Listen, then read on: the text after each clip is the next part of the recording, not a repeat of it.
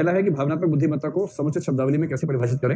मैंने आपसे उस दिन भी कहा था कि एक ही वाक्य में डिफाइन कीजिए, अपनी तथा अन्य व्यक्तियों की मनःस्थितियों को समझने और नियंत्रित करने की क्षमता को भावनात्मक बुद्धिमत्ता कहते हैं। यही समुचित शब्दावली है, इसी में लिखिए आराम से, ठीक है। इसी वाक्य को लिखेंगे तो पर्याप्त डेफिनेशन हो जाएगी। What is supplementary chargesheet? Chargesheet का मतलब होता है कि यदि किसी व्यक्ति को किसी केस में गिरफ्तार किया गया है और गिरफ्तारी उसकी चल रही है, तो पुलिस सबसे पहले इन्वेस्टिगेशन करती है। इन्वेस्टिगेशन करने के बाद अदालत में सबसे पहले तो पुलिस अरेस्ट करती है। अरेस्ट करने के 24 घंटे के अंदर उसको कोर्ट में पेश करना होता है। अगर कोर्ट परमिशन दे तो उसके बाद जुडिशियल कस्टडी या पुलिस कस्टडी मिलती है। उसमें पुलिस कस्टडी का मोटा मोटा मतलब पुलिस थाने में रखना, जुडिशियल कस्टडी का मतलब है कि जज के आदेश पर जेल में रखना उसको, और उस पर इन्वेस्टिगेशन होता रहेगा। अंडर ट्रायल बोलते हैं ऐसे लोगों को जिन पर केस चल रहा है। नियम यह है सीआरपीसी के तहत सामान्यतः कि यदि किसी को गिरफ्तार किया गया है तो 90 दिन के अंदर अंदर उसके खिलाफ चार्जशीट दायर होनी चाहिए। चार्जशीट का मतलब पुलिस अधिकारी द्वारा वो डॉक्यूमेंट अदालत में प्रस्तुत करना कि इस व्यक्ति के विरुद्ध क्या क्या चार्जेस लगाए गए हैं और उन चार्जेस के पक्ष में कौन कौन से प्रमाण हमारे पास हैं। उस चार्जशीट के बेस पर केस आगे बढ़ता है। कभी कभी ऐसा होता है कि प्रोसीजर के दौरान कुछ नए चार्जेस सामने आते हैं कि कुछ चीजें छूट गई थी, उस केस में सप्लीमेंट्री चार्जशीट आती है कि कुछ चीजें और जोड़नी है मेन चार्जशीट में, उसको बोलते हैं सप्लीमेंट्री चार्जशीट। इसके बाद सांविधिक विधि और अधिनियम क्या एक ही बात है? यदि नहीं तो इसमें अंतर क्या? देखो, सांविधिक विधि क्या है? अनुवाद का मामला है सिर्फ। एक है संवैधानिक विधि या संवैधानिक विधि जिसका नाम है कॉन्स्टिट्यूशनल लॉ, एक है स्टैट्यूटरी लॉ। स्टैट्यूट का मतलब है कोई एक्ट जो पार्लियामेंट से या राज्य विधानमंडल से पास हुआ हो। स्टैट्यूटरी लॉ या स्टैट्यूट का हिंदी अनुवाद कुछ लोग बोलते हैं सांविधिक विधि और कुछ बोलते हैं सामान्य रूप से विधि। अभी सिर्फ अनुवाद की समस्या है, तो जब भी आप कहीं पढ़े तो ध्यान से देख लें कि स्टैट्यूटरी लॉ लिखा है या नहीं। जैसे ये बात किसी ना सिटीजनशिप अमेंडमेंट एक्ट की, तो ये क्या है? स्टैट्यूटरी लॉ है, स्टैट्यूट है, ठीक है। तो कॉन्स्टिट्यूशन में अमेंडमेंट करने वाला जो एक्ट है वो कॉन्स्टिट्यूशनल अमेंडमेंट एक्ट है। बाकी किसी भी एक्ट में अगर अमेंडमेंट हो रहा है तो वो स्टैट्यूट में अमेंडमेंट है, और स्टैट्यूट में अमेंडमेंट करने वाला कानून भी स्टैट्यूटरी लॉ ही होता है, उसी से अमेंडमेंट उसमें हो सकता है। भावनात्मक बुद्धिमत्ता के कुछ ऐसे उदाहरण बताएं जो हम प्रयोग करने के बारे में सोचते हैं परंतु कर नहीं पाते। बताइए भावनात्मक बुद्धिमत्ता के कुछ उदाहरण कि आप चाहते हैं कि उनका प्रयोग कर लें लेकिन कर नहीं पाते। दो सेंस में हो सकता है। एक, कोई ऐसी सेंस कि कुछ बुरा भाव मन में आया, आपको लगा कि कर लूं, फिर लगा नहीं वो ठीक नहीं होगा, एक तो ये हो सकता है। दूसरा, आप करना चाहते हैं किंतु आपकी हिम्मत नहीं पड़ रही या संकोच हो गया, इस वजह से आप नहीं कर पा रहे। इनमें से कुछ हो सकता है। जैसे आप कह सकते हैं कि मेरे पिताजी बहुत क्रोधी स्वभाव के व्यक्ति हैं, मैं कभी कभी सोचता या सोचती हूँ कि उन पर उसका इस्तेमाल करते हुए धीरे धीरे उनका स्वभाव बदलूं, पर साहस नहीं हो पाता। याद आ जाता है बचपन अपना कि अगर एक बार इनको पता लगे कि प्रयोग कर रहा हूं इनके ऊपर तो जो मेरे ऊपर दुष्प्रयोग होंगे उसके बाद, तो वो सोच की हिम्मत नहीं पड़ती है। ऐसा कुछ पेरेंट्स को लेके, दोस्तों को लेके। जैसे मेरा एक मित्र है जो एक मुद्दे पर सांप्रदायिक विचार रखता है, यदि मैं उसको समझाने का प्रयास करना चाहूँ तो खतरा यह है कि वो दोस्ती तोड़ सकता है, और मैं दोस्ती की कीमत पर उसको समझाने की हिम्मत कई बार सोचता हूँ लेकिन कर नहीं पाता हूँ। ऐसे कुछ एग्जाम्पल्स। ऐसे प्रश्नों में ना ये देखना होता है कि आपकी प्रेजेंस ऑफ माइंड कितनी है। इंटरव्यू में भी यही काम आएगा कि तुरंत कोई सिचुएशन में आप एग्जाम्पल सोच पाए या नहीं सोच पाए, ठीक है। मैकॉले ने जो आईपीसी बनाई वर्ण व्यवस्था के हिसाब से बराबर कर दिया, बहुत अच्छी बात है, शानदार बात है, किंतु उसमें श्वेत अश्वेत के आधार पर भेदभाव था जिसमें सभी भारतीय आते थे, यह कहा था कुछ था। मुझे पता नहीं कि आईपीसी में कोई ऐसा कानून अश्वेतों के विरुद्ध था या नहीं था क्या ऐसा कोई कानून? 1860 की आईपीसी में क्या कोई ऐसा कानून था जो अश्वेतों के खिलाफ था? मेरी जानकारी में नहीं। अगर था तो गलत बात है, इसमें क्या सोचना है। आप किसी पुस्तक का समर्थन एक बेस पे करेंगे, इसका यह मतलब बिल्कुल नहीं है कि हर बेस पे कर देंगे। एक पुस्तक वर्ण व्यवस्था के अंतरों को समाप्त करते हुए नस्ल भेद के अंतर को बनाए रख सकती है, तो आप क्या बोलेंगे?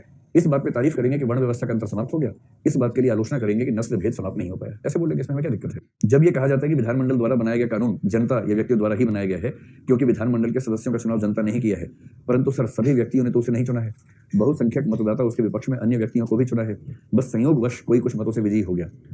भाई कुल मिला के लोकतंत्र का नियम हमारे यहाँ जो चलता है वो है फर्स्ट पास्ट द पोस्ट, और फर्स्ट पास्ट द पोस्ट का सिंपल मतलब है कि जिसको अधिकतम लोगों ने वोट दिया वो चुना गया। अब अधिकतम लोगों ने चुना, मैंने नहीं चुना था, तब भी अधिकतम लोगों ने चुना। अधिकतम लोगों को भी अपने हित की पहचान होगी ही, जैसे मुझे हित की पहचान है। तो क्योंकि अधिकतम लोगों ने उसको चुना, इसलिए ये मान लेने में कोई हर्ज नहीं है कि सामान्यतः उसका निर्णय हमारे जनमत के निर्णय को रिप्रेजेंट करता है। ये केवल प्रिजम्पशन है। जब एक शब्द नोट कर लीजिए इस मामले में, किसने पूछा कि विरोध करना है कि नहीं करना है, तो एक शब्द लास्की ने इस्तेमाल किया है, मोरल एडिक्वेसी। इसको हिंदी में कहते हैं नैतिक पर्याप्तता। जब भी ऐसा मसला है ना, लास्की को कोट कीजिए। लास्की की एक पुस्तक है जिसका हिंदी अनुवाद है आज्ञा पालन के खतरे। आप अंग्रेजी में देखिए, द रिस्क ऑफ ओबीडियंस नाम से कोई किताब है क्या? हिंदी में उसका अनुवाद आता है आज्ञा पालन के खतरे। अंग्रेजी में ऐसा ही कुछ होगा, द रिस्क ऑफ ओबीडियंस, लेकिन एक बार चेक कर लीजिए क्या नाम है इसका, ऐसा ही कुछ नाम होगा। तो हेराल्ड जे लास्की ने अपनी पुस्तक आज्ञा पालन के खतरे में एक बड़ी अच्छी बात कही है, और वो ये बात कही है कि मुझे अपने राज्य का समर्थन सामान्यतः करना चाहिए। ये मैं समझता हूं, क्योंकि लोकतंत्र है और लोकतंत्र में जनता की इच्छा से ही राज्य बना है, सरकार बनी है, तो मेरी जिम्मेदारी बनती है कि मैं उसका, यही नाम है द रिस्क, हाँ द रिस्क ऑफ ओबीडियंस, आप नोट कर लें। रिस्क है या रिस्क है, मतलब एक वचन में है। द रिस्क ऑफ ओबीडियंस, ये पुस्तक का नाम है। तो लास्की ने अपनी पुस्तक लिखी द रिस्क ऑफ ओबीडियंस, उसमें बड़ी अच्छी बात कही कि सामान्यतः मेरी जिम्मेदारी बनती है कि मैं अपने राज्य की बात मानूं, किंतु मैं अपने राज्य की बात वहीं तक मानूंगा जहां तक राज्य मुझे मॉरल एडिक्वेसी प्रदान करेगा, नैतिक पर्याप्तता प्रदान करेगा। इसका मतलब क्या हुआ, मैं राज्य का सम्मान तभी तक करूंगा जब तक राज्य मुझे नैतिक बने रहने की छूट देगा। अगर राज्य ने ऐसा माहौल बना दिया कि चुप रहना अनैतिक हो जाने के बराबर है, तो मैं चुप नहीं रहूंगा, फिर मैं राज्य का विरोध करूंगा। इसलिए कभी कभी डिसेंट की आवाज बुलंद करना, विरोध की आवाज बुलंद करना नैतिक होने के लिए आवश्यक हो जाता है। तो अगर राज्य नैतिक रूप से ठीक है तो मैं समर्थन करूंगा, लेकिन अगर नैतिक रूप से वो ऐसी स्थितियां पैदा कर दे कि स्वीकार न किया जा सके तो विरोध करेंगे उसके, इसमें क्या परेशानी है। अक्सर कहा जाता है कि भारत का विभाजन धर्म के आधार पर हुआ था, पाकिस्तान धर्म के आधार पर बना था, न कि भारत धर्मनिरपेक्ष राज्य के रूप में बना है। इसमें सही स्टैंड क्या है? आपको क्या लगता है कि भारत पाकिस्तान धर्म के बेस पर अलग हुए थे या पाकिस्तान धर्म के आधार पर भारत से अलग हुआ था? इन दोनों वाक्यों का अंतर समझ रहे हैं ना? भारत और पाकिस्तान धर्म के मुद्दे पर अलग अलग हुए थे, ये वाक्य ठीक नहीं। पाकिस्तान धर्म के मुद्दे पर भारत से अलग हुआ था, ये बात सही है। और भारत ने उस समय तय किया था कि हम सेकुलर होंगे, धर्मनिरपेक्ष होंगे, ठीक है। आपको लगता है कि भारत की ऐतिहासिक गलती थी या भारत ने ठीक किया था? कुछ लोगों को आजकल एक ठीक ठाक धड़ा ऐसा मानता है कि वो ऐतिहासिक गलती थी, होना ये चाहिए था कि मुसलमान वहां जाते, हिंदू यहाँ रहते, आराम से ठाठ से रहते, हिंदू राष्ट्र होता, वो मुसलमान राष्ट्र होता। पर उसमें मजा नहीं है। जिस समाज में डाइवर्सिटी ना होना, उस समाज में रहने में मजा नहीं है। डाइवर्सिटी वाले समाज में होना अपने आप में एक सौभाग्य है, इस बात को समझना बहुत जरूरी है। हाँ बोलो भाई। व्यावहारिक रूप में राजनीति और नैतिकता साथ साथ चल सकते हैं या नहीं? देखो एक चीज बताई थी बहुत पहले आपको, ये क्या होता है बताओ जल्दी से। ये क्या है? कॉन्टिन्यूम। अगर आप चाहते हैं कि राजनीति और नैतिकता 100% साथ साथ चलें तो शायद संभव ना हो, पर इसका मतलब ये नहीं है कि नथिंग और एवरीथिंग। राजनीति में 100% नैतिकता ना हो तो 90 तो हो ही सकती है, 80 तो हो ही सकती है, 70 तो हो ही सकती है। तो जितनी ज्यादा नैतिकता के साथ राजनीति चल सके उतना बेहतर। इसमें समस्या क्या है? और आप कहिए कि हाँ इतना अंधेरा भी नहीं दुनिया में, ऐसे कुछ राजनेता होंगे ही, जैसे महात्मा गांधी हैं, या अगर आप थोड़ा और उस समय देखें पटेल उस समय हैं। नेहरू को लेकर तो आजकल मतभेद ज्यादा है कि नेहरू ठीक इंसान नहीं थे। मेरा तो व्यक्तिगत मानना है कि नेहरू भी अच्छे राजनेता थे, कोई ऐसी दिक्कत नहीं है उसमें। अटल बिहारी वाजपेयी को आप मान सकते हैं। इन लोगों ने सामान्यतः राजनीति में नैतिकता को साथ लेकर यात्रा की है। नीतीश कुमार हैं, जॉर्ज फर्नांडिस थे, इनको भी लेकर छवि तो अच्छी है ही आमतौर पर। मनमोहन सिंह को ले लीजिए ना, मनमोहन सिंह के व्यक्तिगत चरित्र पर कोई दाग हुआ ऐसा बिल्कुल नहीं। ये जरूर है कि दबाव में हो सकता है कुछ गलत निर्णय कर बैठे हों, पर जनरली बाई इंटेंशन गलत काम किए होंगे ऐसा तो नहीं मानते उनके बारे में। इसका मतलब है कि राजनीति में कुछ ऐसे व्यक्ति हो सकते हैं जो सामान्यतः नैतिक रहने का प्रयास करें और कुछ अपवादों को छोड़कर नैतिक तरीके से ही राजनीतिक जीवन जिए। इसमें कहाँ कोई दिक्कत है? मानने में क्या हर्ज है? मान लीजिए उस चीज को। किसी अधिनियम का विरोध जो भारतीय संसद ने बनाया है, क्या उसका विरोध अंतरराष्ट्रीय स्तर पर भारत की छवि को धूमिल नहीं करता? देखो इसमें एक बात को ध्यान से समझो। पहली बात तो जिस बच्चे ने लिख के भेजा ना है उसने ऐसे लिखा है, इससे भारत की छवि ज्यादा धूमिल हो रही है ना, उससे उतनी नहीं होती है, इससे ज्यादा हो रही है। तो सबसे पहली बात तो इसको ऐसे लिखना है, ठीक है, धूमिल, धू मिल, तो इसका मतलब ये है धूल में मिल जाना, इसका मतलब ये है, ठीक है। अब सोचिए अपने देश के बारे में, भारत की संसद ने कानून बनाया, कानून गलत है, जनता ने विरोध नहीं किया, इससे अंतरराष्ट्रीय स्तर पर भारत राज्य की छवि ठीक बनी रही और जनता ने विरोध किया। जो जनता गलत कानून का विरोध नहीं करेगी उसकी अपनी छवि का क्या होगा? छवि केवल देश की सरकार की होती है या देश के नागरिकों की भी होती है? एक जिंदा देश के नागरिक अपने सरकार के गलत कदमों का विरोध करते हैं, ये नागरिकों की अपनी छवि का सवाल भी तो है। गलत कानून का विरोध नहीं करेंगे तो देश की सरकार की छवि बेशक अच्छी बन जाए, देश की जनता की छवि खराब हो जाएगी कि ये एकदम ऐसे लोगों का देश है जहां विरोध करने की हिम्मत लोगों में नहीं है, मरे हुए लोगों का, मुर्दा लोगों का देश है। क्या वो छवि चाहते हैं? इसे देश की छवि इस बात से भी बनती है कि देश के लोग गलत चीज का विरोध करने के लिए सक्रिय होते हैं। अगर सिविल सर्वेंट सरकारी संपत्ति का उपयोग अपने हित के लिए नहीं करता तो उसके साथ रहने वाले बीवी बच्चों की सुरक्षा तथा उनके लिए उपलब्ध संसाधनों का दायित्व किसका होगा? इसमें दो दिक्कतें हैं। पहला, इसमें यह मान के चला जा रहा है कि सिविल सर्वेंट पुरुष ही होता है, क्योंकि बीवी बच्चों की बात की गई है, उसके पति और बच्चे भी हो सकते हैं। तो आप ये क्यों मान के चल रहे हैं कि सिविल सर्वेंट की बीवी ही होगी? पति भी तो हो सकता है उसका। तो दूसरा ये है, अगर सिविल सर्वेंट सरकारी साधनों का प्रयोग नहीं करता है तो उसके पास एक चीज होती है वेतन, सैलरी, जो उसके अकाउंट में आती है हर महीने। हाँ, जो उसको घर मिलता है उसमें अंडरस्टूड है कि उसका पति पत्नी बच्चे साथ में रहेंगे, उनके अलग घर नहीं होता उनके लिए, उसी घर में रहते हैं वो लोग, ठीक है। और टेलीफोन का जो बिल है वो सरकार पे करती है, उसमें अंडरस्टूड होता है कि उसमें घर के लोग भी फोन करेंगे, वो सब अंडरस्टूड है। हमकी सुरक्षा की जिम्मेदारी भी उसमें शामिल है, ठीक है। तो अभी हम पढ़ते हैं आगे, चलो जल्दी से बढ़ो। टॉपिक नंबर 6 आज लगभग खत्म हो जाएगा, कल तो हो जाएगा, कल हम इसके प्रश्नों का अभ्यास कर लेंगे और फिर आएगा टॉपिक नंबर 7। लेकिन मेरा मन कर रहा है 6 के बाद 8 ले आऊं सीधा। 8 क्या है पता ना? केस स्टडीज, क्योंकि आपकी जो केस स्टडीज आती है उनमें से कम 70% टॉपिक नंबर 6 से आती है।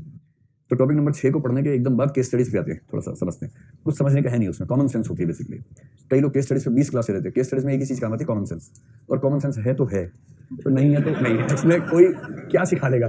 केवल 2-4 फार्मूले समझा सकते हैं, 2-4 ट्रिक समझा सकते हैं, उसी का प्रयोग करना है। उसी में लोग बोलते हैं कि अच्छा, कई बच्चे पता कैसे बोलते हैं कि सर केस स्टडी 125 नंबर की आती है, उसमें सिर्फ 3 क्लास लेंगे आप।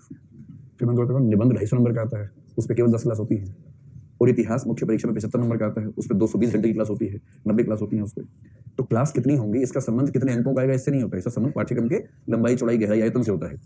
अब केस स्टडीज को समझने में अगर 2 दिन काफी है, तो सिर्फ इस भाव से 10 दिन लगाना उस पर कि नहीं 150 नंबर का आता है, तो मीनिंग छोड़ना उस बात का। और केस स्टडी सॉल्व करने का जो बेसिक चाहिए आपको नॉलेज, वो सारी इन टॉपिक्स में आ गई आपके पास, 1, 2, 3, 4, 6 टॉपिक्स में। तो अलग से उसमें क्या पढ़ने का बचेगा। और केस स्टडीज में वो सब आएगा, इधर माँ, इधर could be, would be, wife, मिट्टी का तेल और लाइटर लेके खड़ी है। देखो कानून हो गया था, अब मामला बचेगा अंतरात्मा का। और कानून को लेकर बस एक चलते चलते बात कर ले कि एक चीज है लॉ, एक है रूल्स, एक है रेगुलेशंस। ऐसा सवाल कोई पूछेगा तो नहीं, लेकिन अगर पूछ ले कि इन तीनों में क्या समानताएं और अंतर हैं, तो 2-3 अंतर आपको पता होने चाहिए। अगर कोई आपसे पूछे कि रूल्स और रेगुलेशंस में क्या अंतर है, मैंने इस पर खूब रिसर्च की, खूब किताबें, खूब डिक्शनरी, खूब इंटरनेट करके देख लिया, जवाब भी मिल जाता है। और जवाब एक साइड पे जो मिलता है, दूसरी तो उससे विरोधी मिल जाता है, तो कुल मिलाकर सार बचता नहीं।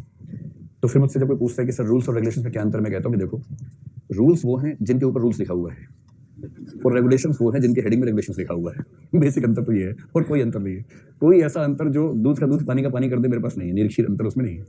जनरली रूल्स की वेटेज रेगुलेशन से ज्यादा होती है, और रूल्स की धौंस ज्यादा होती है, रेगुलेशन की धौंस थोड़ी कम होती है। रूल्स में नियंत्रण का भाव, कठोरता का भाव थोड़ा सा ज्यादा होता है, रेगुलेशंस में उसकी तुलना में थोड़ा सा कम होता है। ये भी कहते हैं कि कानून की व्याख्या के लिए रूल्स बनते हैं और रूल्स की व्याख्या के लिए रेगुलेशंस बनते हैं, कहीं कहीं ऐसा भी दिखता है।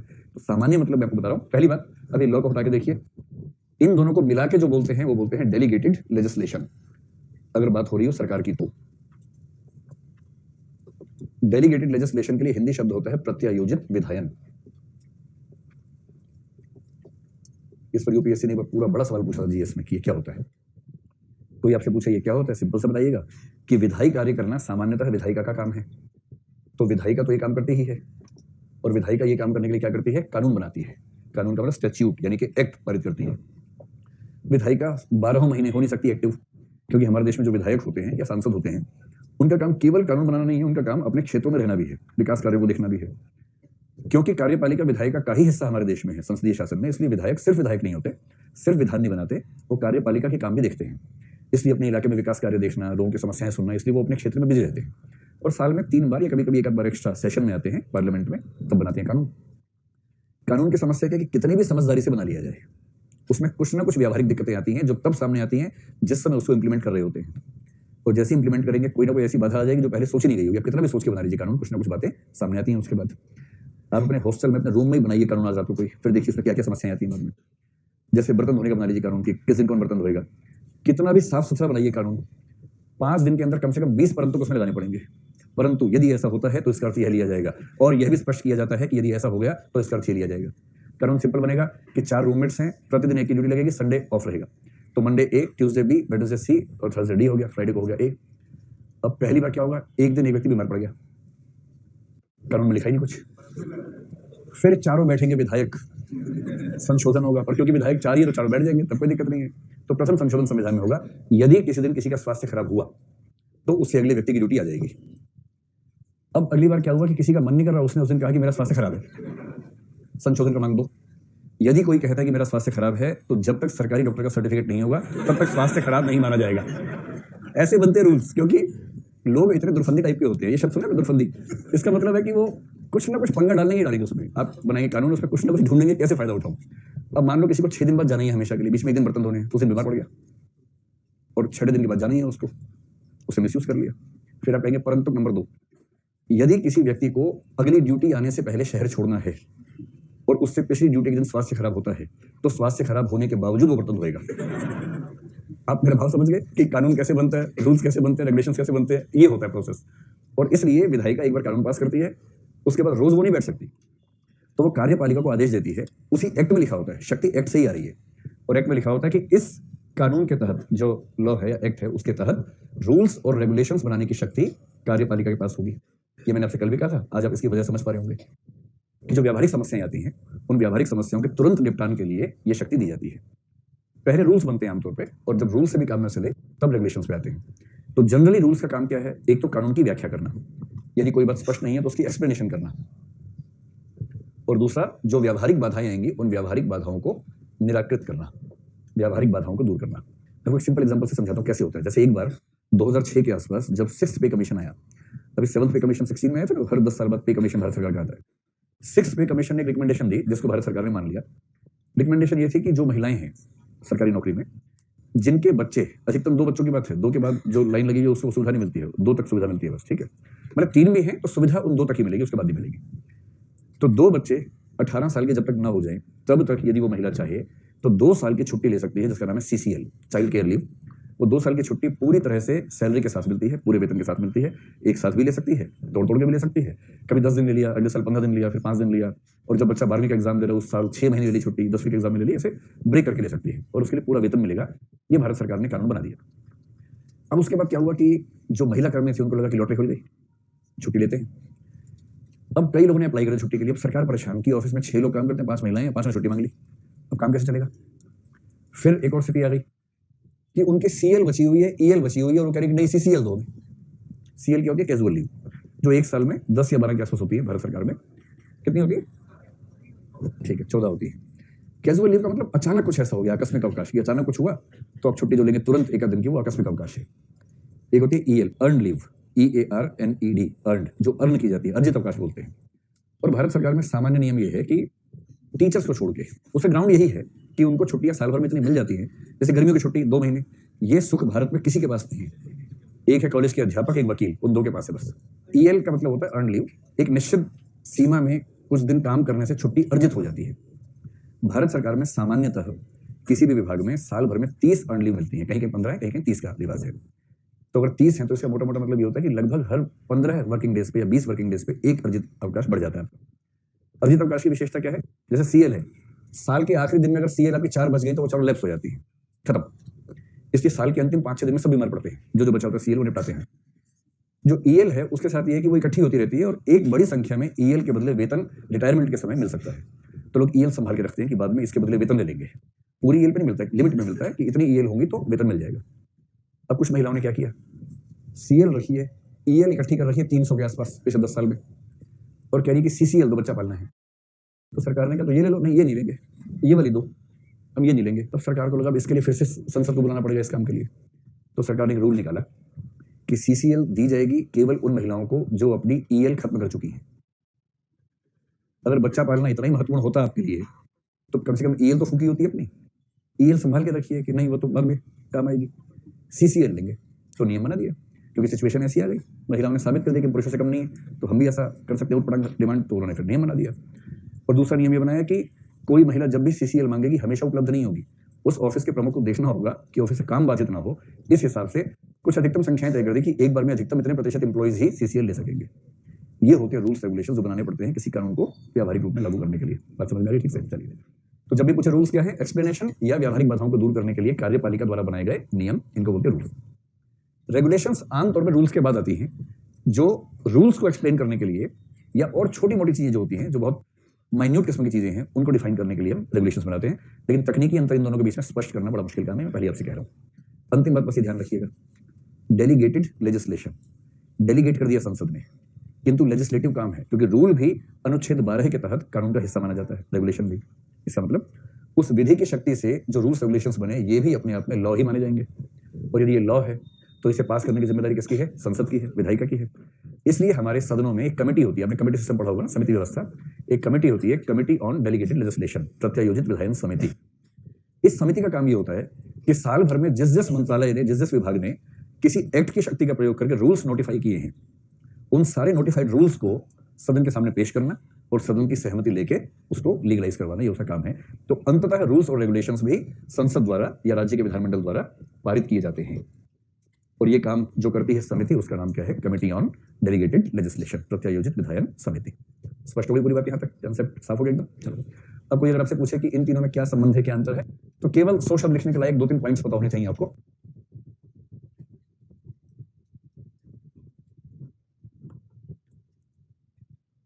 लॉज, रूल्स, रेगुलेशन, देखो केवल 2 या 3 बातें ध्यान रखिए। पहली बात, अगर हिरार्की देखें इनकी, अधिक्रम या सोपान क्रम देखें, तो जो अंतर का बिंदु है उसको मान लीजिए हिरार्की, सोपान क्रम। सोपान क्रम में इनमें सबसे ऊंचा कौन है? लॉ है। नंबर 2 पे, नंबर 3 पे रेगुलेशन है। ठीक है, तो ये बेसिक बात तो हायरार्की की है। ठीक, अच्छा, लॉज के अंदर ध्यान रखना, कॉन्स्टिट्यूशनल लॉ और फिर स्टैट्यूटरी लॉ, उसके बीच में हायरार्की रहेगी। दूसरा आप ये बताएं कि कौन बना सकता है लॉ, कौन बना सकता है, कौन बनाएगा? इसमें एक तो आपके मन में आएगा कि विधायिका है या कार्यपालिका है, वो तो है ही। ठीक है, तो एक सेंस में इसका उत्तर हो जाएगा विधायिका, कार्यपालिका, कार्यपालिका। पर कार्यपालिका लिखेंगे तो साथ में लिखिए अंततः विधायिका का अनुमोदन आवश्यक। तो अंततः विधायिका के अनुमोदन से ही बनेगा।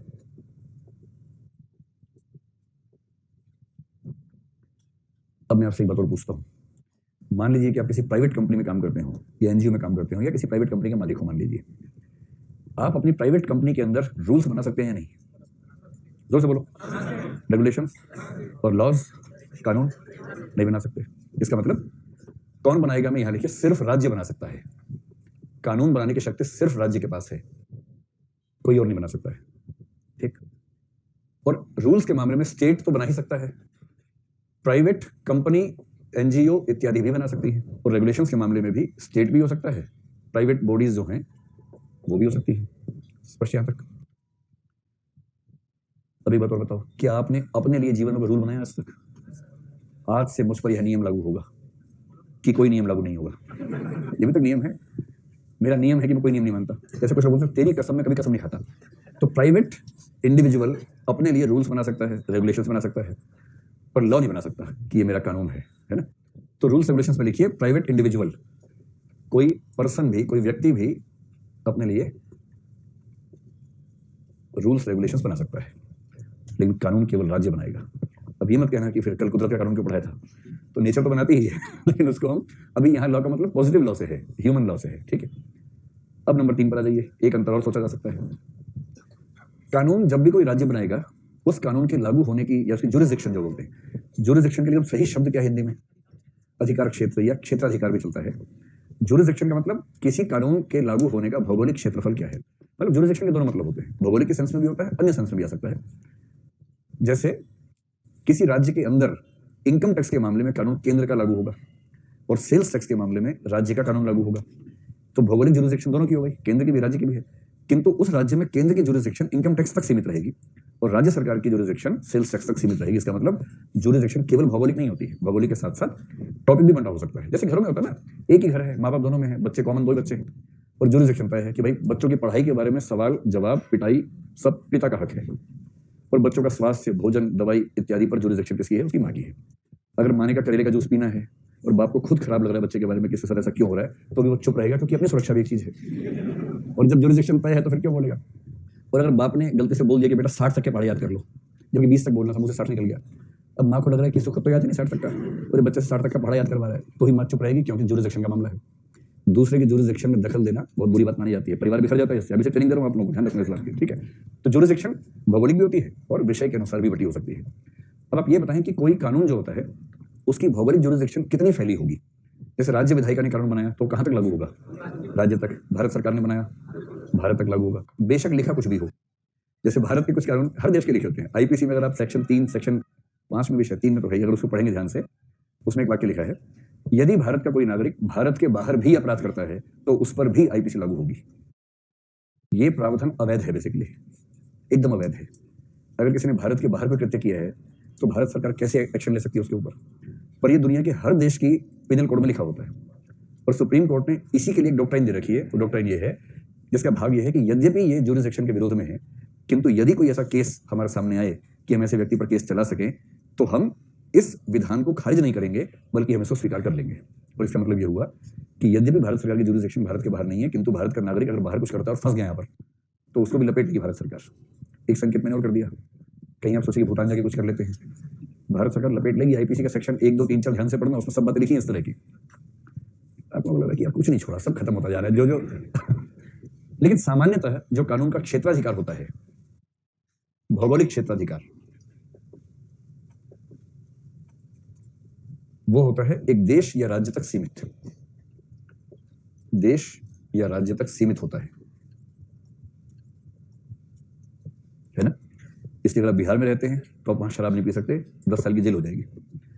बॉर्डर क्रॉस करके धूमधाम से पी लो, फिर लौट जाओ। एक बार हमारे राज्य ने हरियाणा में शराबबंदी कर दी थी, पता नहीं क्या सूची थी। बंसीलाल जी कांग्रेस से हटे थे, मान लीजिए ये हरियाणा राज्य है, बंसीलाल जी कांग्रेस से हट गए थे, सत्ता में नहीं थे, उनको लगा सत्ता में कैसे हो, तो हरियाणा विकास पार्टी की स्थापना की, HVP। उनको लगा कैसे मैं लोगों को समझाऊं, तो उन्होंने हरियाणा की महिलाओं को वोट बैंक बनाया। हरियाणा में लगभग हर घर में पति शराब पी के पत्नी में शौर्य का प्रदर्शन करता है, ये वहां की सामान्य स्थिति मानी जाती है। तो उस शौर्य प्रदर्शन से महिलाएं परेशान रहती हैं, हाथ पैर टूट जाता है, कभी घाव हो जाता है, चोट लग जाती है। बंसीलाल को लगा कि यही जो चोटिल वोटर्स हैं मेरे, यही मेरे साथ आएंगे। उन्होंने कहा कि भाई मुझे बना दो सीएम, और जिस दिन सीएम बनूंगा हरियाणा में शराबबंदी कर दूंगा। सारे पुरुष एक हो गए, इसको मत जीतने देना भाई, ये तो हमारी रोज की शान छीन लेगा हमसे। ये तो अंदर ही अंदर सारी महिलाएं भी एक हो गई, बोली नहीं कुछ। जैसे कुछ मुस्लिम इलाकों में बीजेपी जीत गई पिछले इलेक्शन में, तो लोग परेशानी की जीत कैसे गई, तो बीजेपी ने कहा 3 तलाक खत्म करेंगे। तो अब्दुल ने हमीदा से कहा कि वोट बीजेपी को मत देना एकदम। हमीदा ने कहा मतलब नहीं बनता, पर हमीदा गई और कमल में लगा के आ गई निशान, और इससे बीजेपी जीत गई उन इलाकों में। ठीक ऐसे ही हरियाणा की महिलाएं अपने घर में बोली ना सवाल ही पैदा नहीं होता, कांग्रेस को देंगे, तो जाके HVP ले जाके आगे सब, और बंसीलाल बन गए सीएम। एक झटके में सीएम हो गए। सीएम बनते बोले शराब बंद, पूरे हरियाणा राज्य में शराब बंद। उस समय हरियाणा में 16 जिले थे, और 16 के 16 जिले बॉर्डरिंग जिले थे। अब तो 2-4 ऐसे जिले हो गए जो अंदर के जिले हैं, वरना छोटा सा राज्य है, उसका हर जिला बॉर्डर पे आके लगता है, कोई स्कोप ही नहीं बचता। तो 3 तरफ से दिल्ली को हरियाणा ने घेर रखा था इस तरह से, ऐसे, इधर राजस्थान, इधर यूपी। इन तीनों राज्यों की मतलब मौज हो गई उसके बाद। तो जैसे बदरपुर दिल्ली में एक इलाका है, उसे क्रॉस करते ही फरीदाबाद आ जाता है हरियाणा में, या गुड़गांव जाएंगे तो ऐसे होता है। तो बॉर्डर पे हर तरफ दिल्ली ने क्या किया, दिल्ली के शराब के ठेके वाले लोगों ने क्या किया, बॉर्डर के इधर 10 कदम दूर बड़ी बड़ी दुकानें खोली, खूब लाइटें लगा दी उस पर, जगमग जगमग ऐसे ऐसे करके खूब लाइटें लगा दी, और बड़े बड़े गाने चला दिए। अब वो हरियाणा वाला परेशान बेचारा, सब बॉर्डरिंग डिस्ट्रिक्ट में ही है, तो रोज शाम को जिले की सीमा पे चले जाते थे। यहाँ तक गए, यहाँ लांघा, यहाँ पी जम के वापस आ गए, क्योंकि शराब खरीदना अपराध, शराब बेचना अपराध, शराब पीना अपराध, पर किसी और राज्य में शराब पी के लौटना अपराध नहीं था। तो कैसे चलेगा कानून, आप पता नहीं चलता। तो क्षेत्राधिकार का मतलब ये हुआ कि कोई राज्य विधानमंडल अपने राज्य पे ही कानून लागू कर सकता है, बाकी पे कैसे करेगा। अब ये बताइए कि रूल्स, अरे मैंने रूल्स में लिख दिया गलती से, इसको आप यहाँ शिफ्ट कर लीजिए। तो अब ये बताइए कि रूल्स किसी देश या राज्य की सीमा तक सीमित रहेंगे, जरूरी है या जरूरी नहीं है। देखो, अगर वो सरकारी हैं तब तो सीमित रहेंगे, अगर किसी प्राइवेट कंपनी के हैं तो वो सीमित नहीं भी हो सकते हैं। ऐसी प्राइवेट कंपनी हो सकती है जो पैन इंडिया या पैन वर्ल्ड काम करती हो, उसके भारत के कई राज्यों में ऑफिसेज हैं या दुनिया के कई देशों में ऑफिसेज हैं, उसने एक ही रूल बना रखा है जो दुनिया के हर देश में उसकी कंपनी के एम्प्लॉइज पे अप्लाई होते हैं।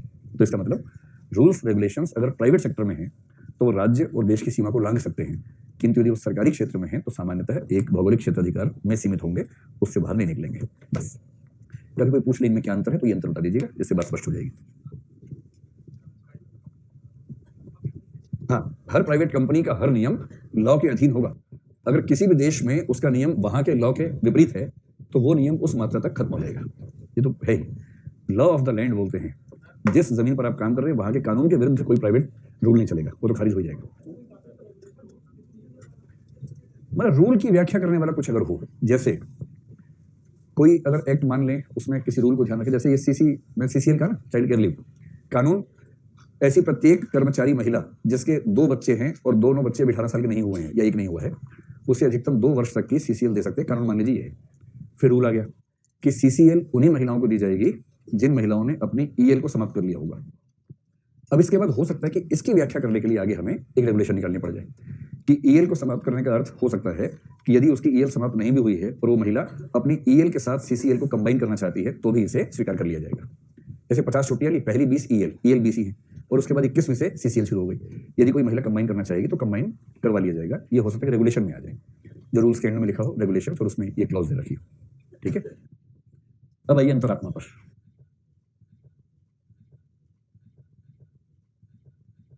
पूछो भाई पूछो। हाँ, राजनीतिक क्षेत्राधिकार होता है ना। हाँ, ये ध्यान रखना है, किसी भी देश में, जैसे भारत में अमेरिकन एम्बेसी है, अमेरिकन एम्बेसी का इलाका टेक्निकली अमेरिका है। ऐसे ही अमेरिका में भारत की एम्बेसी है तो भारत की एम्बेसी का इलाका भारत माना जाएगा। ठीक है, वो इस तरह से ट्रीट किया जाता है। इसी प्रकार भारत में रजिस्टर्ड कोई हवाई जहाज अगर है, भारत में रजिस्टर्ड कोई शिप है मान लीजिए, वो शिप या वो हवाई जहाज उड़ के कहीं भी चला जाए, उस जहाज के अंदर का क्षेत्र जो है वो भारत माना जाएगा। इसलिए बहुत इंटरेस्टिंग केसेस होते हैं। भारतीय जहाज पर कोई महिला उड़ रही थी, अफ्रीका के ऊपर थी, वहां अचानक इमरजेंसी हुई और वहीं बच्चे का जन्म हो गया, तो इस बच्चे की नागरिकता कहाँ की मानी जाएगी? भारत की, क्योंकि वो उड़ता हुआ भारत था। वो बच्चा उड़ते हुए भारत में पैदा हुआ है, ये नियम है। दुनिया भर में इस नियम को स्वीकार किया गया है कि कोई भी चलने वाला यान जिस देश में रजिस्टर्ड है उस देश का ही भौगोलिक क्षेत्र माना जाएगा, चाहे वो कहीं भी हो। मान लीजिए कि प्लेन अमेरिका में लैंड कर गया है, बच्चे का जन्म हुआ प्लेन के अंदर, तो बच्चे का जन्म भारत में हुआ। अगर औरत नीचे कूद गई और वहां बच्चे का जन्म हो गया तो बच्चा अमेरिका में पैदा हुआ है। समझ गए? ऐसे ही होता है। और अमेरिका जिस चीज से बहुत परेशान है, अमेरिका की जो पॉलिसी है उसको बोलते हैं, ये शब्द पता नहीं कभी सुना है नहीं आपने, JUSSOLI। इसको ज्यूस कुछ लोग बोलते हैं, कुछ लोग कुछ और उच्चारण करते हैं, सोलाई। इस नियम का मतलब ये है, जिन देशों में ये नियम चलता है इसमें अमेरिका है, भारत नहीं है इसमें। भारत ने तो इसको 2-3 बार में खत्म कर दिया। इस नियम का मतलब है कि हमारी जमीन पर पैदा होने वाला बच्चा हमारा नागरिक माना जाएगा, चाहे उसके पेरेंट्स कहीं से भी हों, वैध हों, अवैध हों, कुछ भी हों। इसलिए अमेरिका की जमीन पर कोई बच्चा अगर पैदा हो गया, पेरेंट्स लीगल थे या इलीगल थे कोई मतलब नहीं है, वो बच्चा अमेरिकन माना जाएगा। भारत में 1992 से पहले ये नियम था। 1992 के बाद 2 संशोधन हुए, 92 में और शायद 2004 में, जिसमें ये नियम खत्म हो गया। आज की स्थिति में भारत में क्या है? भारत में पैदा होने वाला वही बच्चा भारत का नागरिक माना जाएगा जिसके दोनों पेरेंट्स में से कम एक भारतीय नागरिक हो और दूसरा अवैध आप्रवासी न हो। अगर दोनों में से एक भी अवैध आप्रवासी है तो फिर वो भारत का नागरिक नहीं होगा वो बच्चा। और अमेरिका में ट्रंप अभी इस नियम को हटाना चाह रहा है, जूस सोलाई को हटाना चाह रहा है, क्योंकि इससे क्या होता है, कोई वहां पहुंच गया, बच्चे को जन्म दिया, अब नागरिक हो गया। तो भारत के, चाइना के, पाकिस्तान के लोग क्या करते हैं, वहां जाते हैं, फिर शादी भारत में की, वहां गए, बच्चे का जन्म हुआ, 3 साल का वीजा था, उसी बीच में बन जाते हैं, अब अमेरिकन नागरिक हो गया छोटा सा। अब अमेरिका की सरकार अमेरिकन नागरिक की सुरक्षा के लिए बोलती है आप लोग यहीं रहो, क्योंकि आपके घर में एक अमेरिकन नागरिक है। तो अमेरिकन नागरिक की सुरक्षा के लिए उनका वीजा बढ़ जाता है फिर, और फिर ग्रीन कार्ड मिल जाता है 10 साल के बाद, फिर नागरिक हो जाते हैं, क्योंकि अमेरिकन नागरिक को पालना है ना भाई, उसे कौन पालेगा। तो अमेरिका में आजकल बहुत विरोध है इस नियम का। मैंने आपको चलते चलते एक बात और बता दी है, अमेरिकन नागरिक बनने का सबसे आसान तरीका क्या है? ठीक है, अभी तक है, अगर ट्रंप रहेगा 4 साल और तो हटा देगा इसको किसी तरह से, वो बहुत खिलाफ है इसके। क्या? इजराइल का नागरिक बनने का सबसे आसान तरीका यहूदी बन जाइए। इजराइल के कानून में एक व्यवस्था है, वो व्यवस्था ये है कि दुनिया का कोई भी यहूदी अगर इजराइल की नागरिकता लेना चाहे तो उसको मिल जाती है। ये जो CAA वाला मामला सोच रहे हैं ना, तो उसके टेक्स्ट में इजराइल को समझना बहुत जरूरी है। इजराइल का एक कानून है कि दुनिया का कोई भी यहूदी अगर इजराइल आना चाहे तो उसको नागरिकता वहां पर दी जाती है। हाँ, यहूदी धर्मांतरण संभव नहीं है क्योंकि यहूदी लोग इस चीज को अप्रूव करते नहीं है, तो व्यावहारिक नहीं है वो बात। चलो, अंतरात्मा सबसे पहले ये क्या है, फिर पढ़ेंगे इसके प्रकार,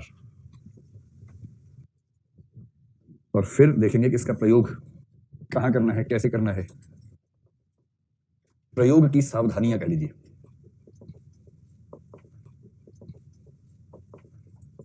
तो सबसे पहले समझो कि अंतरात्मा क्या है। देखो, 2 शब्दों में बहुत घपला होता है। कई बच्चों ने इस पे इतने सवाल पूछे अंतरात्मा पे लहू-लुहान हो गई है मेरी आपके सवाल सुन के। तो मैं आज का वेट करता कि एक ही बार में सारे सवालों का जवाब जो मुझसे बन पड़ेगा दे दूंगा, ठीक है। देखो, 2 शब्द हैं, एक शब्द है अंग्रेजी में इंट्यूशन, INTUI होगा ना, और एक शब्द है कंशाइंस। इंट्यूशन और कंशाइंस। इंट्यूशन शब्द के लिए हिंदी में शब्द चलता है अंतः प्रज्ञा, और जब आप फिजिक्स में टॉपिक नंबर 5 पढ़ेंगे तो वहां एक फिलोसफी भी पढ़ेंगे जो फिलोसफी अंतरात्मा को बहुत महत्व देती है, उसका नाम है इंट्यूशनिज्म, अंतः प्रज्ञावाद, ठीक। और कंशाइंस शब्द के लिए जो शब्द हिंदी में चल पड़ा है वो तो आपको पता ही है, अंतरात्मा। बस ध्यान रखना, अंतरात्मा ऐसे लिखते हैं, कई लोग बहुत मासूम तरीके से लिखते हैं, ऐसा लिखने से आत्मा बाहर निकल जाती है, ध्यान रखना है, फिर वो आवारा हो जाती है, पेड़ के ऊपर चली जाती है, ध्यान रखना है। ऐसा लिखोगे तो आत्मा पीछे पड़ जाएगी। अंतः प्लस आत्मा है, रईसी नारी अंतरात्मा हो गया, सिंपल है। जैसे आप सबने सही लिखा होगा, हालांकि कई लोग काट के ठीक करते हुए दिख रहे हैं मुझे, और अच्छा कईयों को ये भी लगता है कि सर ने गलत लिख दिया, हम ठीक कर लेते हैं अपने आप ही, तो थोड़ा भरोसा रखा कीजिए, अंतरात्मा ऐसे लिखेंगे। तो सबसे पहले इन दोनों शब्दों का अंतर समझते हैं, क्या होता है। अगर आप कहेंगे डिफाइन करो तो मैं बोलूंगा, अंतः प्रज्ञा का वह रूप जो नैतिकता के क्षेत्र में सक्रिय होता है उसे अंतरात्मा कहते हैं। अगर डिफाइन करना हो तो मैं एक वाक्य में ऐसे कर दूंगा, जब अंतः प्रज्ञा नैतिक क्षेत्र में कार्य करती है तो उसे अंतरात्मा कहते हैं। So simple. तो ये जो मैंने परिभाषा दी ना, इसके बेस पर आप चित्र बना सकते हैं। तो बताओ, गोले 2 अलग अलग बनेंगे, काटते हुए बनेंगे, या गोले में गोला बनेगा? गोले में गोला बनेगा। अब बताने की बड़ा गोला कौन सा है?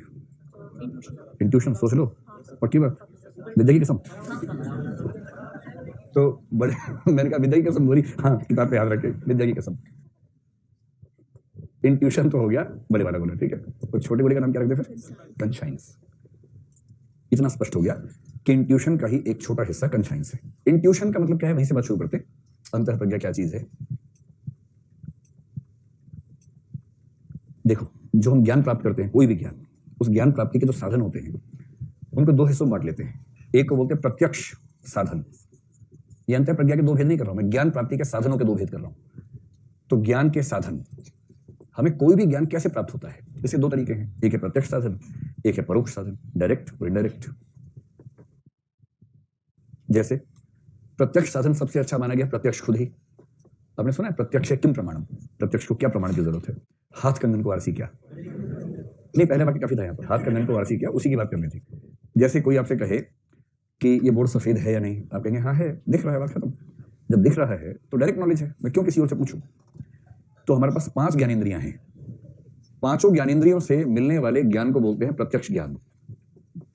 ये जो हिस्सा हम पढ़ रहे हैं थोड़ा सा, ये दर्शन शास्त्र में ज्ञान मीमांसा कहलाता है, एपिस्टेमोलॉजी, ये वही हिस्सा है। तो एपिस्टेमोलॉजी कहती है कि हमारे पास 5 इंद्रियां हैं, पांचों इंद्रियों से मिलने वाला जो भी ज्ञान है प्रत्यक्ष ज्ञान है। तो देखना, सुनना, सूंघना, स्पर्श करना और टेस्ट करना जीभ से, इसको बोलते हैं प्रत्यक्ष ज्ञान। ये तो स्पष्ट हो गया। इसके अलावा ज्ञान प्राप्ति का जो भी माध्यम है उसको बोलते हैं अप्रत्यक्ष या परोक्ष, इनडायरेक्ट। जैसे एक तरीका है कि तर्क से या अनुमान से समझ जाना, प्रत्यक्ष नहीं है, अप्रत्यक्ष है।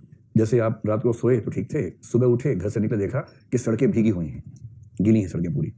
आपने देखा नहीं बरसात होते हुए, पर आपने अनुमान कर लिया कि बरसात हुई होगी। कैसे कर लिया? क्योंकि पिछली बार जब बरसात होते हुए देखा था, उसके बाद सड़कें ऐसी दिखी थी, तो आपने देखा सड़कें वैसी दिख रही है, इसका मतलब इससे पहले वो चीज हो चुकी है। अगली बार देखा कि बादल उमड़ घुमड़ रहे हैं, बिजली चमक रही है, आपने अनुमान कर लिया कि बरसात होगी, क्योंकि पिछली बार जब बरसात हुई थी उससे पहले ऐसे ऐसे हुआ था। तो किसी हेतु से किसी कार्य की कल्पना कर लेना, इसको बोलते हैं अनुमान या तर्क। तीसरा होता है जिसको शब्द प्रमाण कहते हैं, या किसी प्रामाणिक व्यक्ति या प्रामाणिक स्रोत के आधार पर मान लेना। तो प्रामाणिक स्रोत को मानना गवाही भी हो सकता है, शब्द प्रमाण कहा गया इसको। आप्तोपदेश शब्द, आप्त व्यक्ति का कथन ही शब्द प्रमाण है। अब कोई अच्छा रिसर्च करता है, मान लीजिए किसी विषय में, डॉक्टर है, मेडिकल साइंस में रिसर्च उसकी अच्छी है, उसने आपका एक्सरे करवाया, एक्सरे देख के 3-4 शब्द बोले कि आपको ये डिसीज है। वो नाम इतना लंबा है कि सुनाई पहली बार है, याद तो करने में 1 साल लग जाएगा उस नाम को। अब आप उसकी बात मान लेंगे, संदेह करेंगे उस पर? मान लेंगे, क्योंकि आपको पता है कि ये अपनी फील्ड का एक्सपर्ट है, ये कह रहा है तो ठीक ही कह रहा होगा, इसको मान लेते हैं। तो किसी व्यक्ति के ज्ञान पर विश्वास होने की वजह से उसकी कही हुई बात को ठीक मान लेना, बिना खुद देखे, बिना खुद टटोले, इसको बोलते हैं शब्द प्रमाण। ऐसे कुछ और भी प्रमाण होते हैं। भारत में 6 प्रमाण माने गए हैं, पश्चिम में प्रमाण इस तरह से नहीं मानते, वहां अनुभव और बुद्धि इस तरह से बात करते हैं। लेकिन आपको एक बात समझ में आएगी, कुछ चीजें प्रत्यक्ष है, कुछ अप्रत्यक्ष। एक ऐसा प्रमाण है जो इन दोनों में से किसी में सेट हो ही नहीं पाता है, उस प्रमाण का नाम है इंट्यूशन, अंतः प्रज्ञा। तो सबसे पहले समझते हैं इंट्यूशन है क्या, ताकि आपको ये क्लियर हो जाए कि कैसे उसको प्लेस करना है। इंट्यूशन का सबसे सिंपल एग्जांपल ये हो सकता है, एक तो डेजा वू, समझते हैं ना आप लोग क्या है? Deja vu is a kind of intuition, उसका एक प्रकार है। तो जो गोला बनाया ना, इसी गोले में एक डेजा वू भी बना लीजिए, दूसरा छोटा गोला, डेजा वू। तो डेजा वू इंट्यूशन का एक प्रकार है जो कॉन्शियस से अलग है। तो इंट्यूशन एक बड़ा गोला है, उसके अंदर 2 छोटे गोले, और भी जगह छोड़िए, और भी इंट्यूशन हो सकती है इसके अलावा। पर इंट्यूशन के 2 एग्जांपल्स अगर देखने हो तो आप कॉन्शियस और डेजा वू को मान सकते हैं, ठीक है। अंतर है कि डेजा वू एक एक्सपीरियंस का नाम है, कॉन्शियस एक क्षमता का नाम है, तो वो अंतर है, तो समझते हैं। जैसे अब मैं आपको 2-3 एग्जांपल दूंगा, आप बताएं कि ऐसा कभी आपने किसी के बारे में देखा, सुना है कि नहीं सुना है। जैसे कोई बच्चा दूर शहर में है, अपनी माँ से दूर है, बाप से दूर है, और एक दिन माँ को फील हुआ कि मेरा बच्चा ठीक नहीं है। ऐसी बात हुई थी हमारी एक बार, और माँ ने उसको फोन किया कि बेटा तुम ठीक हो? बेटे को लग रहा है कि माँ परेशान ना हो जाए, कह रहे हाँ माँ मैं ठीक हूँ। कह रहे ना बेटा सच बता, मेरा दिल कह रहा है कि तू ठीक नहीं है। और फिर बेटे ने कहा हाँ माँ मुझे चिकनगुनिया हो गया है। सवाल है कि माँ को कैसे पता लगा? तो माँ को जो पता लगा, जिस साधन से पता लगा, इस साधन का नाम है इंट्यूशन। अब देखो इंट्यूशन की समस्या क्या है। इंट्यूशन परोक्ष ज्ञान अगर माने तो बताना पड़ेगा कि ये अनुमान कैसे हुआ। अगर आप अनुमान को ठीक से समझेंगे सिस्टम, तो अनुमान साबित कर नहीं पाएंगे इसमें, ये ना आगमन हो पाएगा ना निगमन हो पाएगा। इसलिए अनुमान की तार्किक शब्दावली में साबित हो ही नहीं पाएगा कि अनुमान है।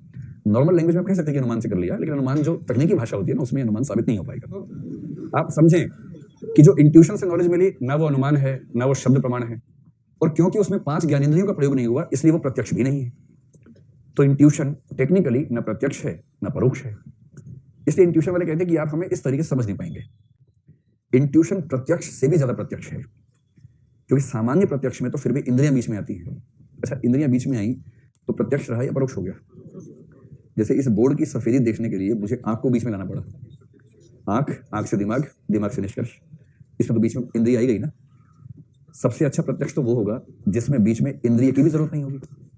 इसलिए इंट्यूशन वाले कहते हैं कि इंट्यूशन से मिलने वाली नॉलेज परफेक्ट एग्जाम्पल है डायरेक्ट नॉलेज का। वो अकाट्य है, एक्सियोम है, स्वयं सिद्ध है, उसे सिद्ध करने के लिए किसी और ज्ञान की जरूरत नहीं है, अकाट्य ज्ञान है वो। इस तरह की बातें करते हैं। तो कुल मिला के इंट्यूशन क्या है? एक ऐसा ज्ञान जो हमें मिलता है पर हम बता नहीं सकते कि कैसे मिला, जो कई बार सही होता है किंतु हम बता नहीं सकते कि वो सही कैसे हुआ, उसे कहते हैं अंतःप्रज्ञा। और ये हर व्यक्ति को बराबर नहीं मिलता है। कुछ व्यक्तियों में इस तरह के ज्ञान की क्षमता बाकी लोगों से ज्यादा होती है। स्पष्ट है? देखो, मैं जादू टाइप मदारी टाइप बात करना मुझे पसंद नहीं है, लेकिन विरोध करने के लिए विरोध करना ये भी स्वभाव मेरा नहीं है। इस दुनिया में ऐसे कई प्रमाण हैं जो साबित करते हैं कि कुछ लोगों में इंट्यूशन की क्षमता ठीक ठाक होती है, और आप इंट्यूशन को सीधे सीधे खारिज कर देंगे, ये नहीं चलेगा। आप जेएनयू जाएंगे तो लोग मजाक बनाएंगे, आप कैसी बात करते हो, तो बकवास सब बातें। पर नहीं, इंट्यूशन के बहुत सारे केसेस साबित हुए हैं। बहुत सारी यूनिवर्सिटीज में एक डिपार्टमेंट शुरू हो गया, पैरासाइकोलॉजी डिपार्टमेंट। पैरासाइकोलॉजी डिपार्टमेंट यही काम करता है कि साइकोलॉजी से जुड़े वो विषय जिनको हम सीधे सीधे स्टडी नहीं कर पा रहे, किंतु जो एक्सपीरियंस होते हैं उनके बेस पर रिसर्च करता है कि वो कितना सही है, कितना गलत है। तो पैरासाइकोलॉजी में इंट्यूशन के विभिन्न रूप, जैसे क्लियर वॉयंस होता है, क्लियर ऑडियंस होता है, अतीन्द्रिय श्रवण, अतीन्द्रिय दर्शन, यानी आप यहाँ बैठ के आंख बंद करके अगर किसी दूसरे देश या दूसरे जिले के किसी व्यक्ति को देख पा रहे हो। कई लोग ऐसा क्लेम करते हैं, उनमें से कईयों के क्लेम सही भी साबित हो जाते हैं। आप यहाँ बैठे हैं, आपने आंख बंद की हुई है और आप ये दावा कर दें कि इस समय उस शहर में दो लोग क्या बात कर रहे हैं, और आप हूबहू बता दें इसने ये वाक्य बोला, इसने ये वाक्य बोला। इसे बोलते हैं क्लियर ऑडियंस। क्लियर नहीं, CLAIR, क्लियर ऑडियंस इसको बोलते हैं। ये सब पैरासाइकोलॉजी के सब्जेक्ट मैटर्स हैं, विषय वस्तु है। तो पहली बात समझ में कि इंट्यूशन क्या है। तो इंट्यूशन यानी अंतःप्रज्ञा ज्ञान प्राप्ति का वह साधन है जिसमें हमें ज्ञान मिलता है किंतु इंद्रियों से नहीं, और हम ये समझ नहीं पाते कि इस ज्ञान की प्राप्ति का स्रोत क्या है, और वह ज्ञान कई बार एकदम सही भी होता है। इसको बोलते हैं इंट्यूशन। हाँ या ना? स्पष्ट एकदम? लिखवा दें, लिखिए। अंतःप्रज्ञा ज्ञान प्राप्ति का वह साधन है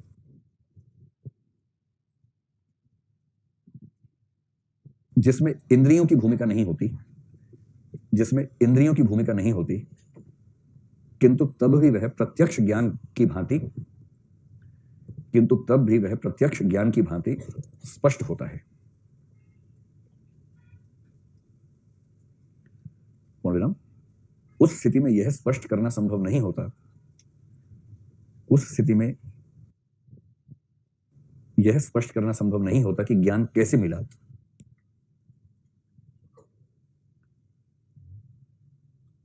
किंतु कई बार ज्ञान सही होता है।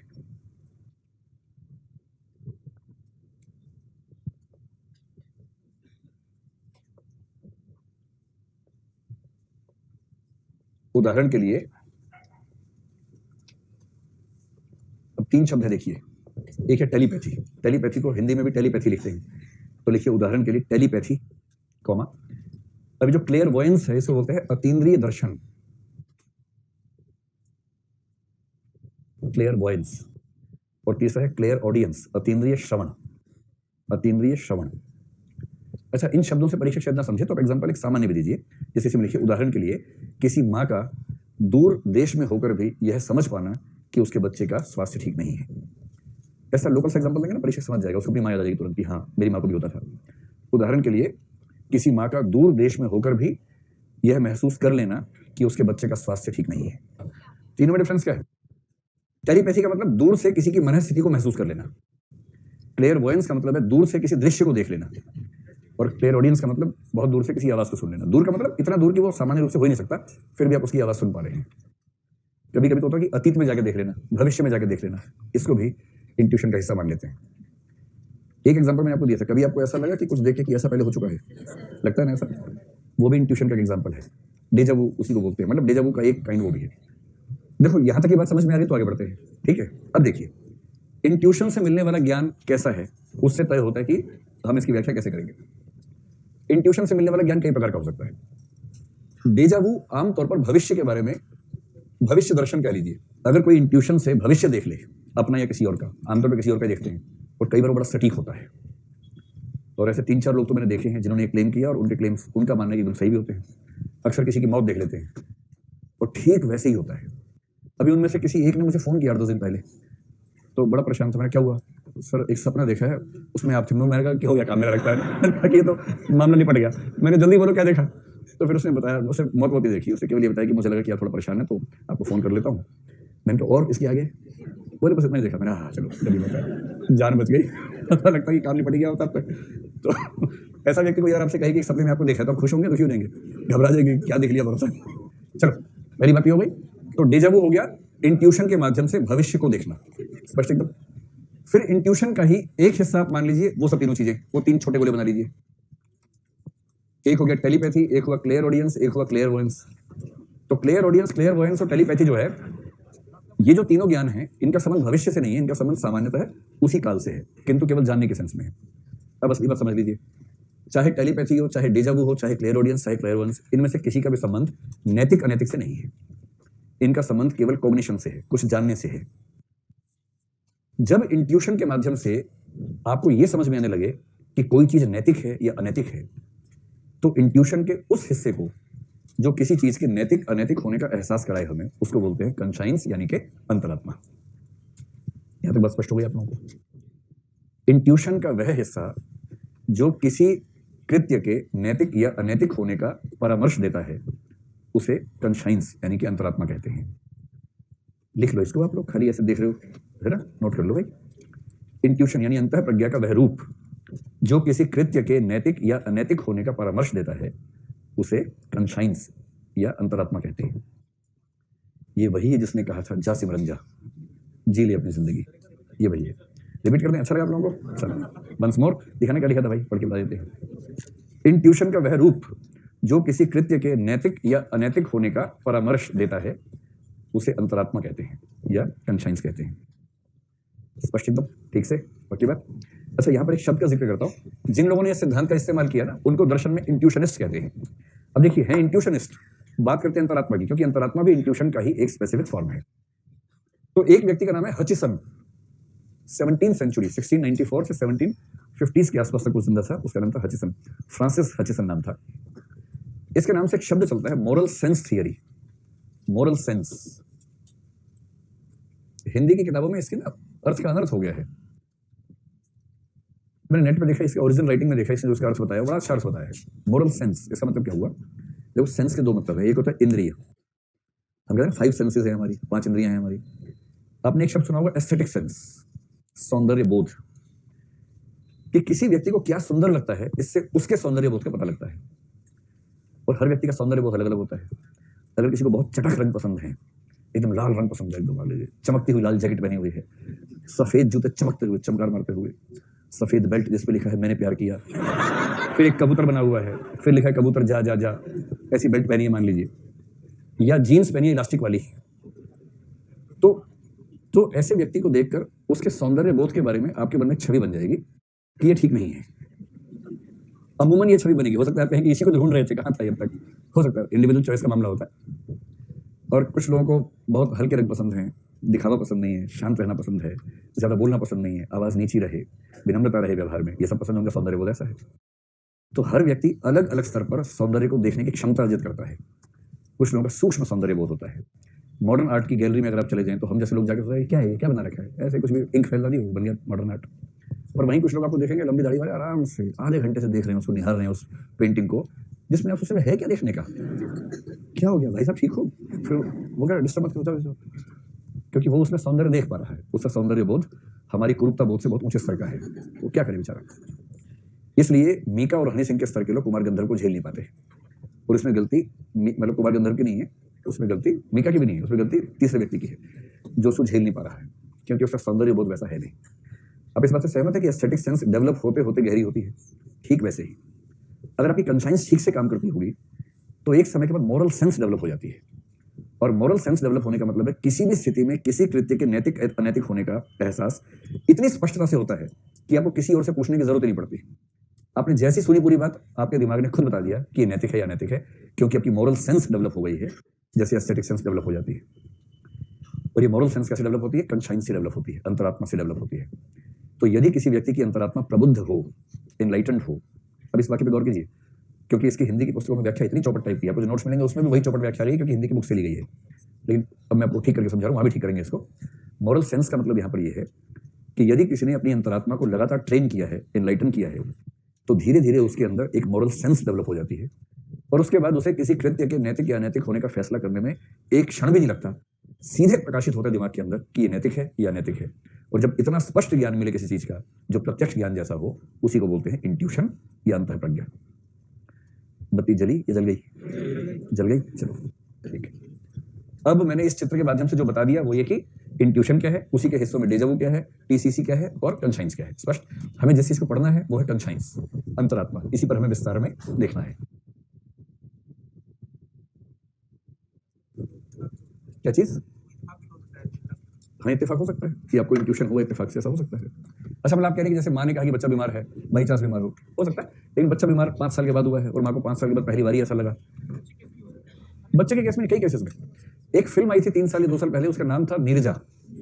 देखिए आप लोगों ने? नीरजा जो लड़की थी जिसने बहुत सारे पैसेंजर्स को बचाया और खुद उसकी मौत हो गई, नीरजा भनोत नाम था उसका। जब वो मर गई थी तो उसके बाद उसकी मदर को ये इंट्यूशन कई वर्षों तक होता रहा कि वो जिंदा है। इसको हेलुसिनेशन कहते हैं।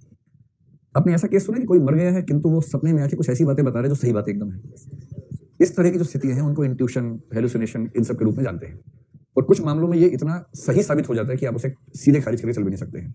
तो इत्तेफाक हो सकता है, लेकिन आप सोचिए ना, बच्चा 5 साल में एक बार बीमार हुआ और उसी दिन उसकी माँ को लगा कि बीमार है। इसके इत्तेफाक होने की संभावना जितनी है उससे कई गुना ज्यादा संभावना इत्तेफाक न होने की है।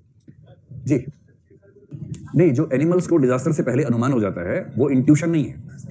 इनका एक प्रश्न ये है कि जैसे कई बार किसी डिजास्टर से पहले एनिमल्स को अंदाजा हो जाता है, वो इंट्यूशन नहीं है, वो उनके सुनने या सूंघने की क्षमता हमसे ज्यादा होने की वजह से होता है। जैसे डॉग्स में सुनने की क्षमता हमसे ज्यादा है, हम तो 20 हर्ट्ज के नीचे सुन नहीं पाते हैं, वो सुन लेते हैं। तो जब बहुत हल्की सी वाइब्रेशन होगी जो ह्यूमन ईयर्स के लिए अभी ऑडिबल नहीं है, उनके लिए ऑडिबल है, तो तुरंत उस पर रिएक्ट करते हैं। अब कोई जीव जंतु जमीन के अंदर रहता है पर भूकंप आने वाला है तो अंदर की वाइब्रेशंस पहले वो फील करता है तो बाहर निकलने लगते हैं। तो इंट्यूशन की वजह से नहीं, उनकी परसेप्शन की जो क्षमताएं हैं, प्रत्यक्ष जो क्षमताएं हैं, उन क्षमताओं में वो विषय आ चुका है। हमारी क्षमताओं में अब तक वो विषय नहीं आया है, इसलिए ऐसा होता है। ठीक है, तो एनिमल्स में परसेप्ट ये इंट्यूशन है नहीं, पर ऐसी कोई स्टडी मैंने पढ़ी नहीं है, होता होगा उनके अंदर भी, लेकिन ऐसी कोई खास स्टडी देख रही है। तो पहली बात, अंतरात्मा क्या है, मैंने आपको एक वाक्य में लिखवा दिया क्या है अंतरात्मा। अब देखिए अंतरात्मा की बात कौन लोग करते हैं, कौन से प्रमुख विचारक। आप 1-2 विचारकों का नाम मौका मिले तो लिख दीजिएगा कि इन लोगों ने इस पर विशेष रूप से बातचीत की है। नैतिक क्षेत्र में अंतरात्मा का सिद्धांत देने वाले विचारकों, मैंने आपसे पहले ही कहा कि एक विचार है इंट्यूशनिज्म। तो बताइए इसको हिंदी में क्या बोलेंगे? अंतः प्रज्ञावाद।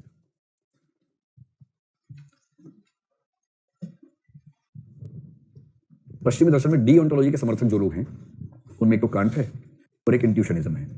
अब आपके मन में आ रहा है कि डीओंटोलॉजी क्या होता है? बहुत पहले सुना तो था कुछ, नियमों और आदेशों को चुपचाप मान लेना चाहिए, ये डीओंटोलॉजी है। और परिणाम की समीक्षा करके किसी के नैतिक अनैतिक होने के बारे में सोचना चाहिए, ये टेलियोलॉजी है। जो कानून के समर्थक हैं वो डीओंटोलॉजी के समर्थक हैं।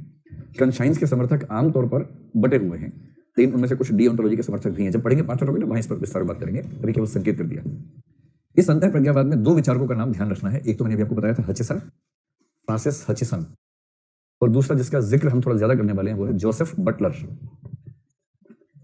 जोसेफ बटलर, बटलर, ठीक है, स्पष्ट एकदम। दूसरा, कुछ धर्मशास्त्री ऐसा मानते हैं कि अंतरात्मा ईश्वर की आवाज है। जो मैंने एक बार आपसे कहा था,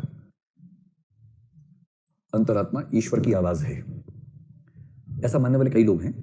अगर आपको एक नाम लिखने का मन कर ही जाए तो आप, एक बहुत बड़ा मूर्ख हुआ है, उसका नाम है कार्ल बार्थ। आपको जब भी कोई बहुत बड़ी मूर्खतापूर्ण बात किसी विद्वान के नाम के साथ लिखनी हो, आप कह सकते हैं इसने कहा ही होगा। तो कार्ल बार्थ है, रेनोल्ड नीबुर है, ऐसे कुछ लोग हुए जो इस तरह की बात करते थे। ये कहते हैं कि अंतरात्मा से सिद्ध होता है कि ईश्वर है, क्योंकि वो आवाज किसकी है, किसी और की तो है नहीं वो आवाज। इसकी सबसे अच्छी व्याख्या जिस व्यक्ति ने की है वो है सिगमंड फ्रॉइड। और सिगमंड फ्रॉइड से अगर आप पूछेंगे कि कॉन्शियस क्या है तो वो सिंपल बोलता है सुपर ईगो। हमारी सुपर ईगो ही हमारी कॉन्शियस है। और सुपर ईगो मेरे ख्याल से हम डिस्कस कर चुके हैं। जो हमारा नैतिक मन होता है, ये नैतिक मन प्राकृतिक है या बनता है? प्राकृतिक कौन सा मन होता है? इड। इड प्राकृतिक है। सुपर ईगो भारत मतलब हमारे समाज में बनता है। सामाजिकरण की प्रक्रिया में जो मन तैयार होता है उसको बोलते हैं सुपर ईगो। तो सुपर ईगो जब भी इड से कन्फ्लिक्ट में होगा तब सुपर ईगो हमें जो भी परामर्श देगा उसी परामर्श को हम कहते हैं कि हमारी अंतरात्मा की आवाज है। स्पष्ट एकदम। और इसके अलावा दर्शन की दुनिया में एक दर्शन हुआ अस्तित्ववाद। अस्तित्ववाद के कई समर्थकों में जिसने सबसे ज्यादा इसका समर्थन किया उसका नाम है कीरकेगार्ड। और उसके 100 साल बाद एक व्यक्ति हुआ सार्त्र। इन दोनों ने मुख्य रूप से ये कहा कि सबसे नैतिक निर्णय वही होते हैं जो अंतरात्मा के अनुसार लिए जाते हैं। तो सबसे नैतिक निर्णय अंतरात्मा द्वारा ही लिए जाते हैं। सब सरल भाषा में आप ये बात कह सकते हैं कि हमारा सबसे अच्छा नैतिक निर्णय वही होगा जो हमारी अंतरात्मा के अनुसार लिया गया हो। अब आप मुझे ये बताएं कि यदि कोई आपसे पूछे अंतरात्मा क्या है, 100 शब्दों में बताना हो, तो पहले 1-2 वाक्य में समझा देंगे। इंट्यूशन गोले गोले बना के समझा देंगे कि इंट्यूशन ये है, डेजा वू ये है, और ये अंतरात्मा है। और फिर समझा दीजिएगा कि अंतरात्मा के लिए फ्रॉइड ने सुपर ईगो की व्याख्या की है कुछ मूर्खों ने इसको ईश्वर की आवाज कहा था, जो बात गलत मानी जाती है। और अंतः प्रज्ञावाद की बात जो है थोड़ी सी मैं समझाऊंगा, वो इसके बाद आप मेंशन कर दीजिएगा। बढ़िया आगे। ये जो बटलर है, जोसेफ बटलर, उसके सिद्धांत का एक पक्ष केवल मैं आपको यहां बता रहा हूं ताकि आप इंट्यूशन या कंसाइंस का थोड़ा और स्पष्ट कर दें। अब मैं एक वाक्य बोलता हूं, बताइए स्पष्ट हो रहा है नहीं। इंट्यूशनिज्म जो कि एक नैतिक दर्शन है, उन लोगों ने इंट्यूशन शब्द को सामान्यतः अंतरात्मा के अर्थ में ही लिया है, लेकिन वैसे हम ये मानते हैं कि इंट्यूशन और अंतरात्मा में सेट और सबसेट का संबंध है। हाथ कुछ लगा नहीं, कोई भी भाव कम वक्त जगा नहीं। अच्छा, मैंने जो वाक्य बोला अभी, आप ऐसे कितने लोग उस वाक्य को दोहरा सकते हैं अपने आप? वेरी गुड, कम से कम 10-15 लोगों ने कहा। हाँ, उठो भाई, तुम्हें बताओ, लास्ट चेयर, बताइए क्या बोला था?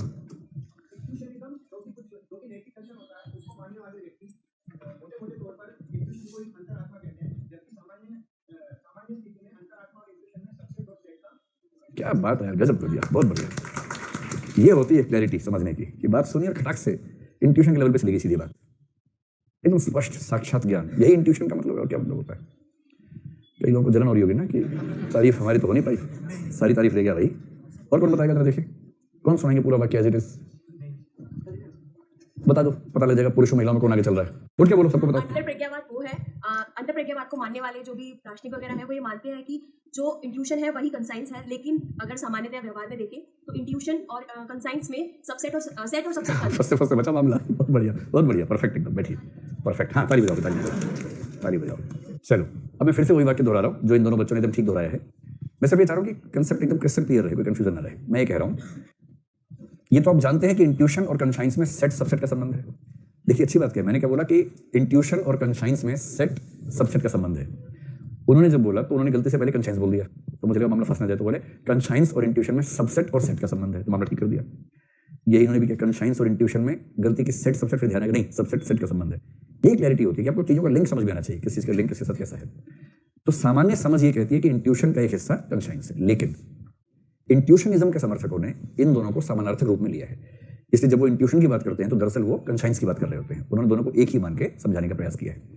तो वो क्या कहते हैं इंट्यूशनिज्म वाले, यानी कि बटलर साहब क्या कहते हैं? बटलर ने कहा कि कंसाइंस को समझना हो तो समझो कंसाइंस के दो हिस्से होते हैं। कंसाइंस या इंट्यूशन एक ही बात है, यहां पर ध्यान रखना। आप हिंदी में धूमधाम से अंतरात्मा लिख के आइए। तो बटलर साहब कह रहे हैं कि हमारी कंसाइंस के दो पक्ष होते हैं। एक पक्ष है ज्ञानात्मक पक्ष, यानी कि कॉग्निटिव एस्पेक्ट, संज्ञानात्मक भी कह सकते हैं, ज्ञानात्मक भी कह सकते हैं। और दूसरा है अधिकारात्मक पक्ष, यानी अथॉरिटेटिव एस्पेक्ट। ज्ञानात्मक को कह लीजिए कॉग्निटिव,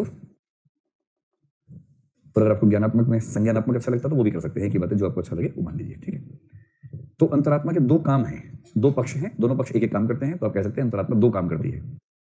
पहला काम यह करती है कि किसी नैतिक दुविधा के समय वो हमें ज्ञान देती है कि इसमें क्या नैतिक है क्या अनैतिक है। तो उचित और अनुचित का ज्ञान देना। नैतिकता की दुनिया में सही शब्द क्या होता है? उचित अनुचित। तो उचित अनुचित का बोध करवाना, क्या एप्रोप्रिएट है क्या इनअप्रोप्रिएट है इस कंडीशन में, ये बताना कॉग्निशन के स्तर पे, ये पहला काम है कंसाइंस का। स्पष्ट हुआ यहाँ तक?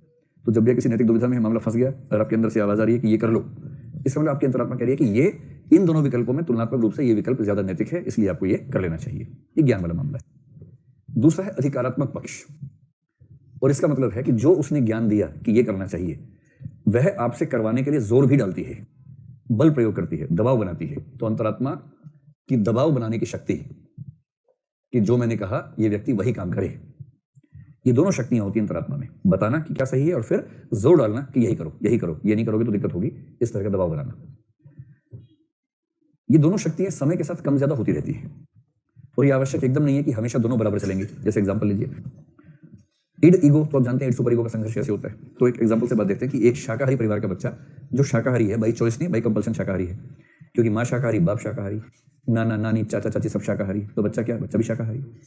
उसकी चॉइस तो नहीं पूछी गई थी, पर वो शाकाहारी है, और उसको ठीक से पट्टी पढ़ाई गई है, तो वो एकदम जिहादी किस्म का शाकाहारी है। और मांसाहारियों को खूब गालियां देता है, तुम्हारा पेट का ब्रिस्तान है, तुम तो ये हो, तुम तो कुत्ता खाते हो, तुम तो मक्खी खाते हो, मच्छर खाते हो, और मक्खी चूस तुम ही लोग हो, मक्खी चूस जाते हो, ऐसी बातें बोलता है मांसाहारियों को। और मांसाहारी कहते हैं कि बोल ले बेटा, जिस दिन खाएगा उस दिन देखेंगे, बोलता रहे। जो स्वर्ग से दूर होता है ना, वैसे ही बोलता है, अंगूर खट्टे अंगूर खट्टे अंगूर खट्टे, खा के देख तो पता लगे। और करते करते एक दिन मांसाहारी समुदाय ने उसको धोखे में कुछ खिला ही दिया, धोखे में कटहल के खिला दिया, मटन। दोनों की शक्ल एक जैसी होती है ना। तो मैं तो ऐसे वाला शाकाहारी कटहल भी नहीं खा पाता उस चक्कर में कि देख के मटन लगता है, खा ही नहीं जाता, लगता है कि बकरा आ गया मुंह के अंदर, तो कैसे खाएंगे। पर कुछ लोग खा लेते हैं। तो मान लीजिए कि मटन को कटहल बता के खिला दिया और उसे खाने के बाद कहा यार कटहल इतनी बार जिंदगी में खाया पर ऐसा नहीं खाया, ये कटहल कहाँ पैदा होता है। और फिर आपने कहा बकरा पालन केंद्र में ये कटहल वहाँ पैदा होता है। तो अब समझ में आया, लेकिन अब स्वाद लग गया है, ये आदमी आदमखोर हो गया, मतलब बकराखोर हो गया। अब इसकी अंतरात्मा थोड़ा तड़पेगी, चिल्लाएगी कि ये क्या कर दिया, उल्टी करवाएगी, गले में उंगली डलवाएगी, उल्टी करवाएगी, वो सब करवाएगी, लेकिन मन में कहीं ना कहीं एक बात रह जाएगी कि टेस्टी बहुत था, ऐसा भाव आ जाएगा मन के अंदर। जितना धिक्कारेगी इसकी अंतरात्मा आज। अब आपको बताने कि 10 दिन के बाद एक सिचुएशन ऐसी आई जहां फिर से सब लोग मटन खा रहे हैं। लोगों ने इससे कहा कि तुम भी खा लो। लोगों ने कहा कि देखो जो बकरा मरना था मर ही चुका है, तुम्हारी वजह से तो मरेगा नहीं, तो पहले ही मर गया है, एक्स्ट्रा कोई मार दे रहा तुम्हारे लिए, मटन पड़ा ही हुआ है, तुम खाओगे तो भी काफी है, नहीं खाओगे तो भी काफी है। तुम्हारी वजह से जीवन कहाँ गया किसी का, वो तो वैसे ही चला गया है। जब चला ही गया है तो ऑप्टिमम यूटिलाइजेशन ऑफ रिसोर्सेज करना चाहिए, तो खा लो भाई। अब क्योंकि इसका इड जो है ना मचल रहा है अंदर ही अंदर, उस 10 दिन पहले की यादें ताजा हो रही हैं इसके अंदर, अब इस बात की संभावना है कि ये खा लेगा। आपको जो बताना है वो ये कि इसकी अंतरात्मा जितना पिछली बार कचोट रही थी इस बार उतना ही कचोटेगी या कम कचोटेगी। इस बार कम कचोटेगी, तीसरी बार और कम, चौथी बार खाली मम्मी आएगी कि देखो प्लीज देख लो, बाकी जैसा ठीक लगे, वैसे अच्छी बात तो नहीं है, देख लो यार, ऐसे करेगी। 5वीं बार सोचेगी मैं क्यों अपने अपना सम्मान खराब करूं, अपनी इज्जत अपने हाथ चुप रहेगी अंतरात्मा उसके बाद। ऐसा हो सकता है कि एक कृत्य जो अनैतिक है, अंतरात्मा हर बार ये हिंट करे अनैतिक है, अनैतिक है, अनैतिक है, अनैतिक है, अनैतिक है, लेकिन पहली बार चिल्ला चिल्ला के बोले अनैतिक है, मत करना, मत करना, मत करना, दूसरी बार के बोले मत करो, तीसरी बार देख लो यार, चौथी बार अब क्या कहें तुम्हें, अब क्या कह सकते हैं, और 5वीं बार चुप एकदम, आवाज नहीं आ रही अंदर से। तो ऐसा हो सकता है कि ज्ञानात्मक पक्ष जीवित होते हुए भी अधिकारात्मक पक्ष धीरे धीरे कम होता जाए, बशर्ते अगर किसी अनैतिक कृत्य में उस व्यक्ति को रसास्वादन मिलने लगा है तो धीरे धीरे उसकी अंतरात्मा उसको परेशान करना बंद कर देती है। इन दो पक्षों से मिलकर बनता है अंतरात्मा का सिद्धांत। बात स्पष्ट हो गई यहाँ तक? चलिए ठीक है। अब आइए इसके प्रकार पर, अब सिविल सेवक की निगाह से देखेंगे कंसाइंस के प्रकार। कुछ लोगों ने कंसाइंस के प्रकार बनाए हैं। ये ऐसा नहीं कि मोटी कंसाइंस छोटी कंसाइंस ऐसे वाले प्रकार नहीं, मतलब कंसाइंस प्रयोग कैसा हो रहा है, कितना उसको ट्रेन किया गया है, इस तरह से। तो प्रकार बनाते हैं कुछ आधारों पर।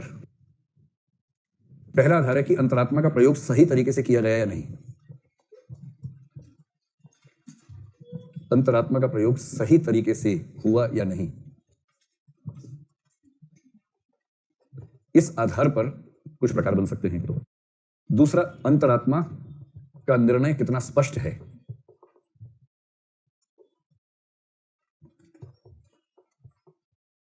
तो निर्णय की स्पष्टता के आधार पर अंतरात्मा के क्या क्या प्रकार हो सकते हैं, क्या क्या रूप हो सकते हैं। और तीसरा, अंतरात्मा कितनी प्रशिक्षित है, अंतरात्मा का कितना प्रशिक्षण हुआ है,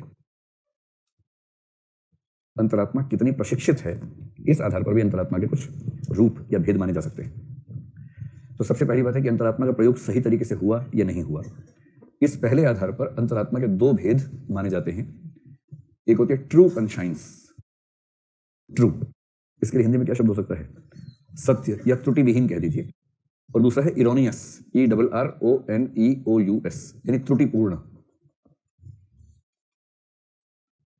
तो त्रुटि विहीन और त्रुटिपूर्ण, सॉरी त्रुटि विहीन यानी ट्रू और त्रुटिपूर्ण यानी इरोनियस।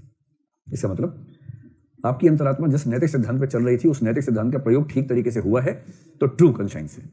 और यदि आपकी अंतरात्मा ने उस नैतिक सिद्धांत का प्रयोग ठीक सेंस में किया ही नहीं, गलती कर दी उसमें, तो हम कहेंगे इरोनियस कंसाइंस है।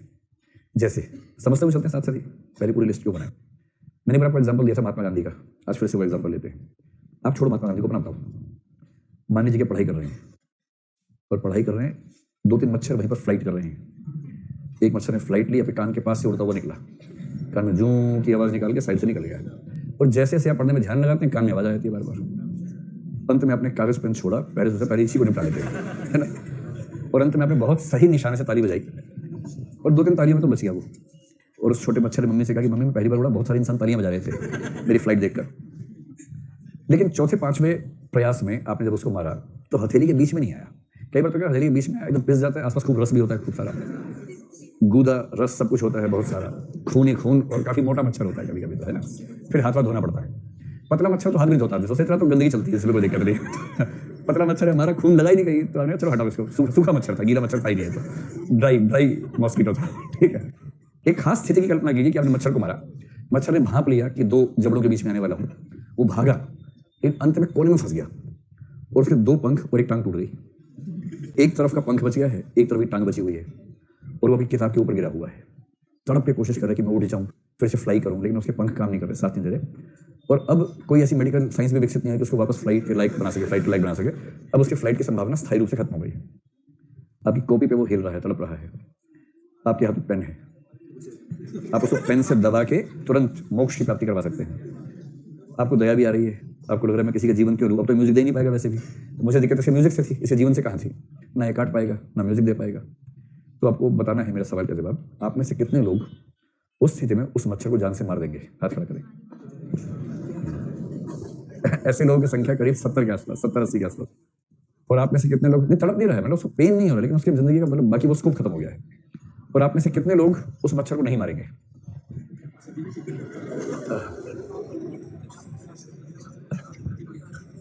तो आप क्या करेंगे? सोच नहीं पा रही हैं कि जो करेगा मच्छर ही कर लेगा, हम नहीं करेंगे ना, सुसाइड करने कर ले, हम क्यों करेंगे कुछ?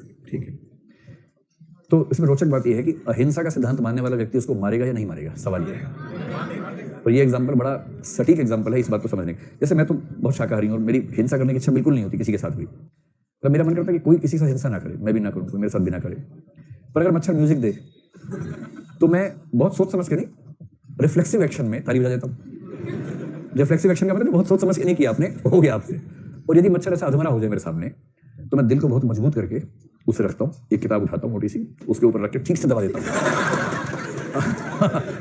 और फिर किताब को उठा के साफ कर लेता हूँ।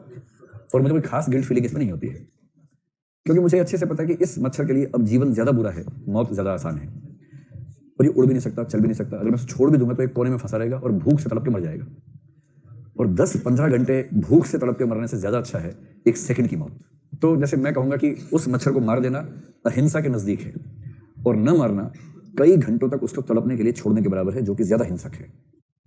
ये मैंने एग्जांपल क्यों दिया? महात्मा गांधी का बछड़ा को याद, ये एग्जांपल, ये वैसा ही एग्जांपल है। अब मान लीजिए कि अहिंसा के सिद्धांत को कोई मानता है, और ऐसी सिचुएशन में वो अहिंसा के सिद्धांत का सही प्रयोग कैसे करेगा? उस मच्छर को मारकर या मच्छर को छोड़कर? तो मेरी सलाह है कि मारकर करेगा। अगर आपने उस मच्छर को मारकर अहिंसा के सिद्धांत का प्रयोग किया तो इसका मतलब आपने सिद्धांत को केवल शब्दों में नहीं समझा था, उसकी मंशा को भी समझा था, सार को भी समझा था। तो जो व्यक्ति नैतिक नियम की मंशा को समझेगा, सार को समझेगा, न कि केवल नियम पर ध्यान देगा, वो उस नैतिक नियम को गहराई से अप्लाई करेगा, जो कभी कभी दिखने में विपरीत लग सकता है, लेकिन जो उस नैतिक नियम से ज्यादा सुसंगत होगा। और जो नैतिक नियम को केवल एक नियम के रूप में, फार्मूले के रूप में, सूत्र के रूप में इस्तेमाल करेगा, वो ऐसी किसी भी स्थिति में जहां थोड़ी सी वेगनेस है, जो कुछ वेग सिचुएशन है, एब्स्ट्रैक्ट सिचुएशन है, अमूर्त स्थिति है, एक कंफ्यूजिंग स्टेट है, वहां वो नियम के पीछे पड़ा रहेगा, ना कि उसके एसेंस को या उसके सार को समझ पाएगा। तो पहली बात समझ में आ रही? जो व्यक्ति नैतिक नियम के सार को समझकर उसका सही प्रयोग करता है, उसकी अंतरात्मा को बोलते हैं उस स्थिति में कि वो ट्रू कॉन्शियंस है। और जो केवल नियम के पीछे पड़ जाता है, सार को नहीं समझ पाता है, हम कहते हैं कि इरोनियस कॉन्शियंस है, जो कई प्रकार की गलतियां कर बैठती है। इसमें ऐसे एग्जाम्पल है रेयर, जैसे एक बार एग्जाम्पल दिया था, एक आतंकवादी है, कई हत्याएं की हैं, आज पुलिस उसके पीछे पड़ गई, आपके घर में घुस गया, आप जैन साहब हैं, और आतंकवादी ने कहा कि देखिए मेरे जीवन का सवाल है, प्रत्येक प्राणी का जीवन पवित्र होता है, महावीर जी कह गए, तीर्थंकर जी कह गए हैं, नमो अरिहंताणम, नमो सिद्धाणम, नमो रायणियम। आपने कहा अरे मजा आ गया, मजा आ गया, बताओ बताओ क्या करना है? उसने कहा बस मेरा जीवन बचा लीजिए किसी तरह से। और आपने कहा मेरे होते हुए तुम्हारा जीवन बिल्कुल नहीं होगा, शांति से पलंग के नीचे घुस जाओ, बनते मैं देख लूंगा। बनते समझ गए आप लोग? तो अब पुलिस आई, सेना आई, उसने पूछा कि आपने देखा है इस दुर्दांत आतंकवादी को, 300 हत्याएं कर चुका है, ये कर चुका है, वो कर चुका है, इसको ढूंढ के मारना चाहते हैं, और आपकी दया जाग गई है, क्योंकि भगवान बुद्ध, महावीर कह गए हैं अहिंसा परमो धर्म, अहिंसा से बड़ा कोई धर्म है नहीं, महात्मा गांधी ने भी कहा है। पर आपको करना भाई, चाहे कुछ भी हो जाए, इसकी जान बचानी होगी। अब आपने अहिंसा के सिद्धांत का सही प्रयोग किया या केवल फार्मूले के पीछे पड़ गए? फार्मूले के पीछे पड़ गए, और इसका मतलब ये इरोनियस कॉन्शियंस है, ना कि ट्रू कॉन्शियंस है। ठीक? तो कोई आतंकवादी मिल जाए तो उसको छोड़ना है, निपटा देना है? वीरप्पन की पत्नी को क्या करना चाहिए था? पुलिस को फोन कि मेरे ये यहां पर हैं, आके निपटा दो इनको, क्योंकि मेरे तो ये हैं, बाकी सबके वो हैं, और कईयों का खून कर चुके हैं और पता नहीं कितनों का खून बहाएंगे, तो आप हे पुलिस अंकल आके निपटा दो इनको। ये दूसरा है कि अंतरात्मा का निर्णय कितना स्पष्ट है। इसके लिए 3 शब्द चलते हैं, एक सर्टेन, एक प्रोबेबल, एक डाउटफुल। तो पहला है सर्टेन कॉन्शियंस, तो आप सुनिश्चित या सुस्पष्ट अंतरात्मा कह सकते हैं। दूसरा है प्रोबेबल, संभाव्य अंतरात्मा, और तीसरा है डाउटफुल, संदेह या संशय, संदिग्ध भी कहना ठीक नहीं है, संदेहास्पद भी कहना ठीक नहीं है, संशयपूर्ण कह दीजिए, संशयपूर्ण या संशयात्मक अंतरात्मा। इसका मतलब क्या हुआ?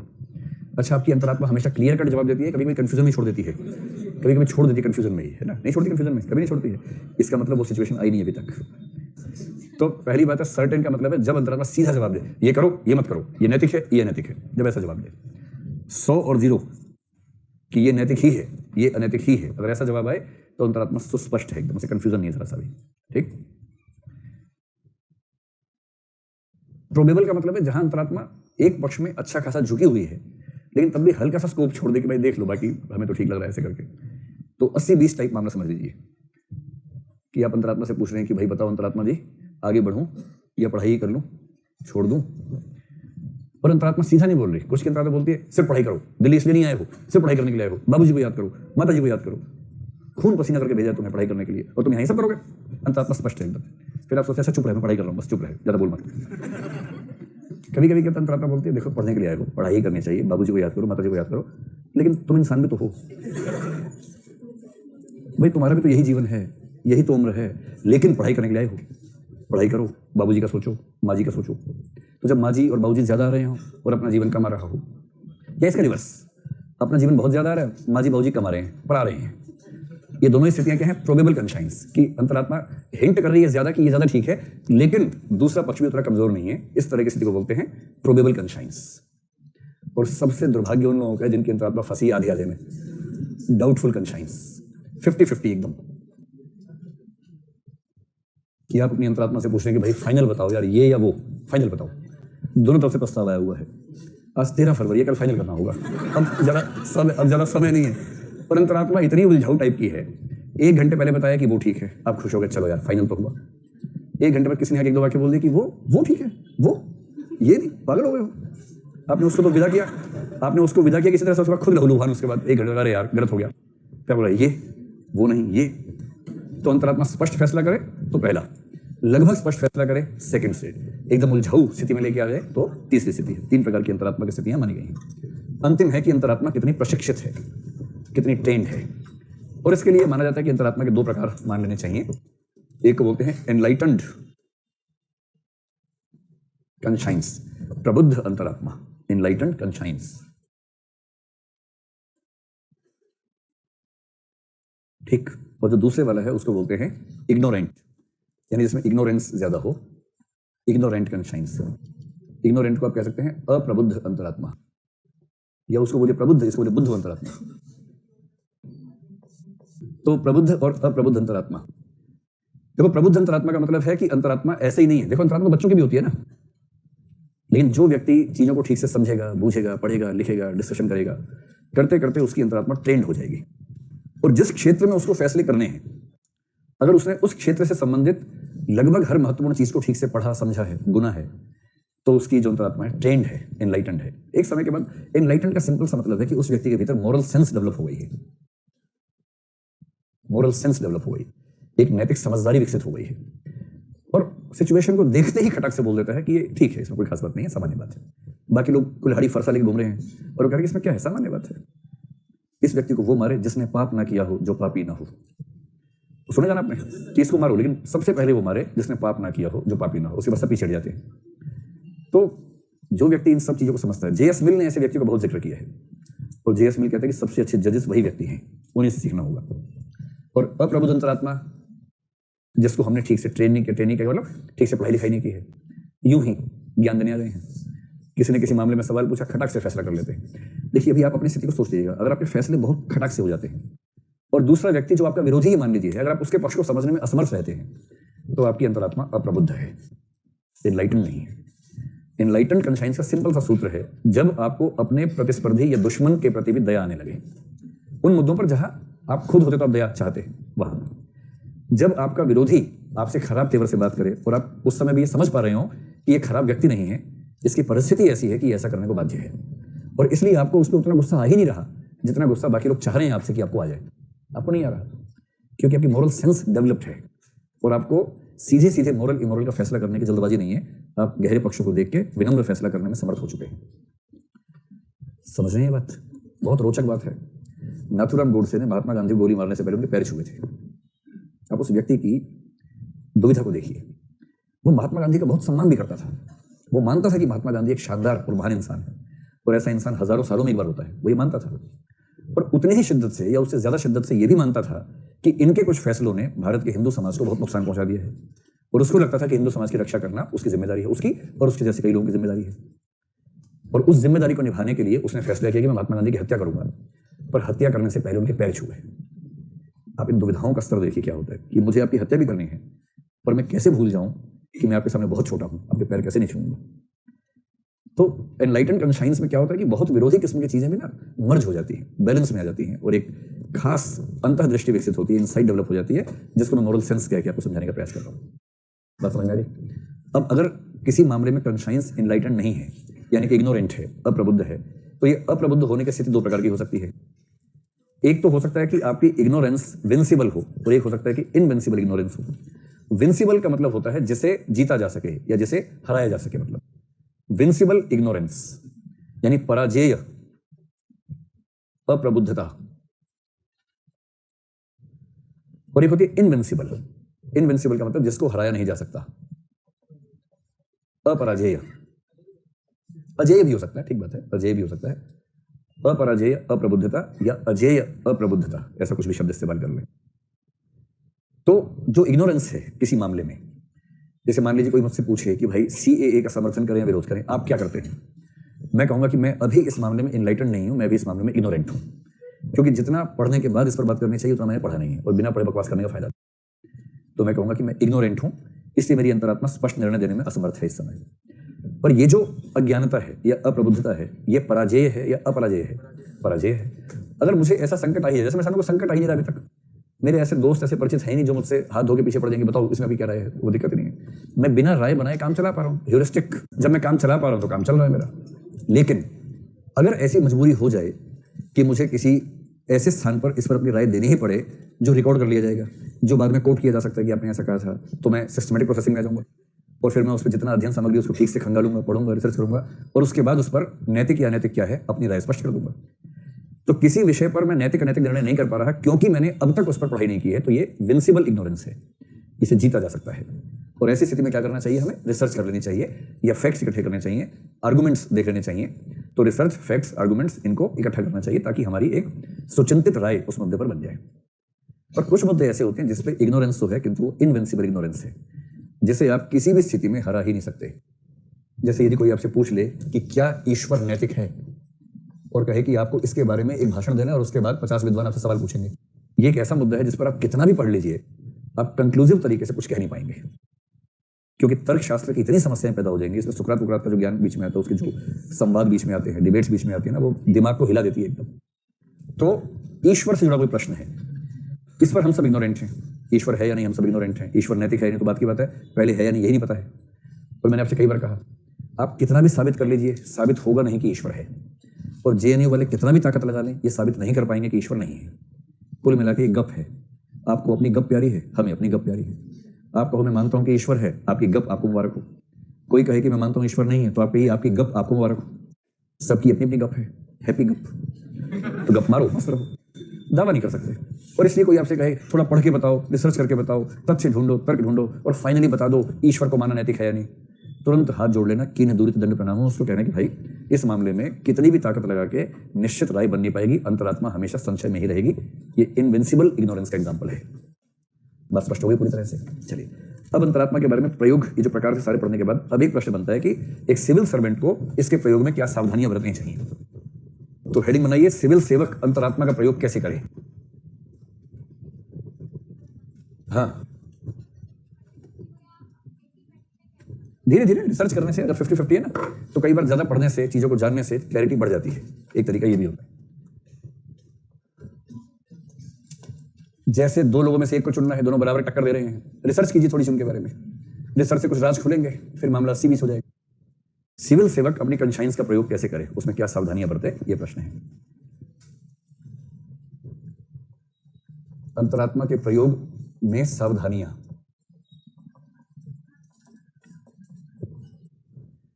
देखो, सावधानी है कुल मिला के 3 तरह की इस मामले में मानी जाती है। एक तो ये कि कहाँ इसका प्रयोग करना है, कहाँ नहीं करना है। ठीक, तो पहली बात, प्रयोग कहाँ करें और कहाँ ना करें।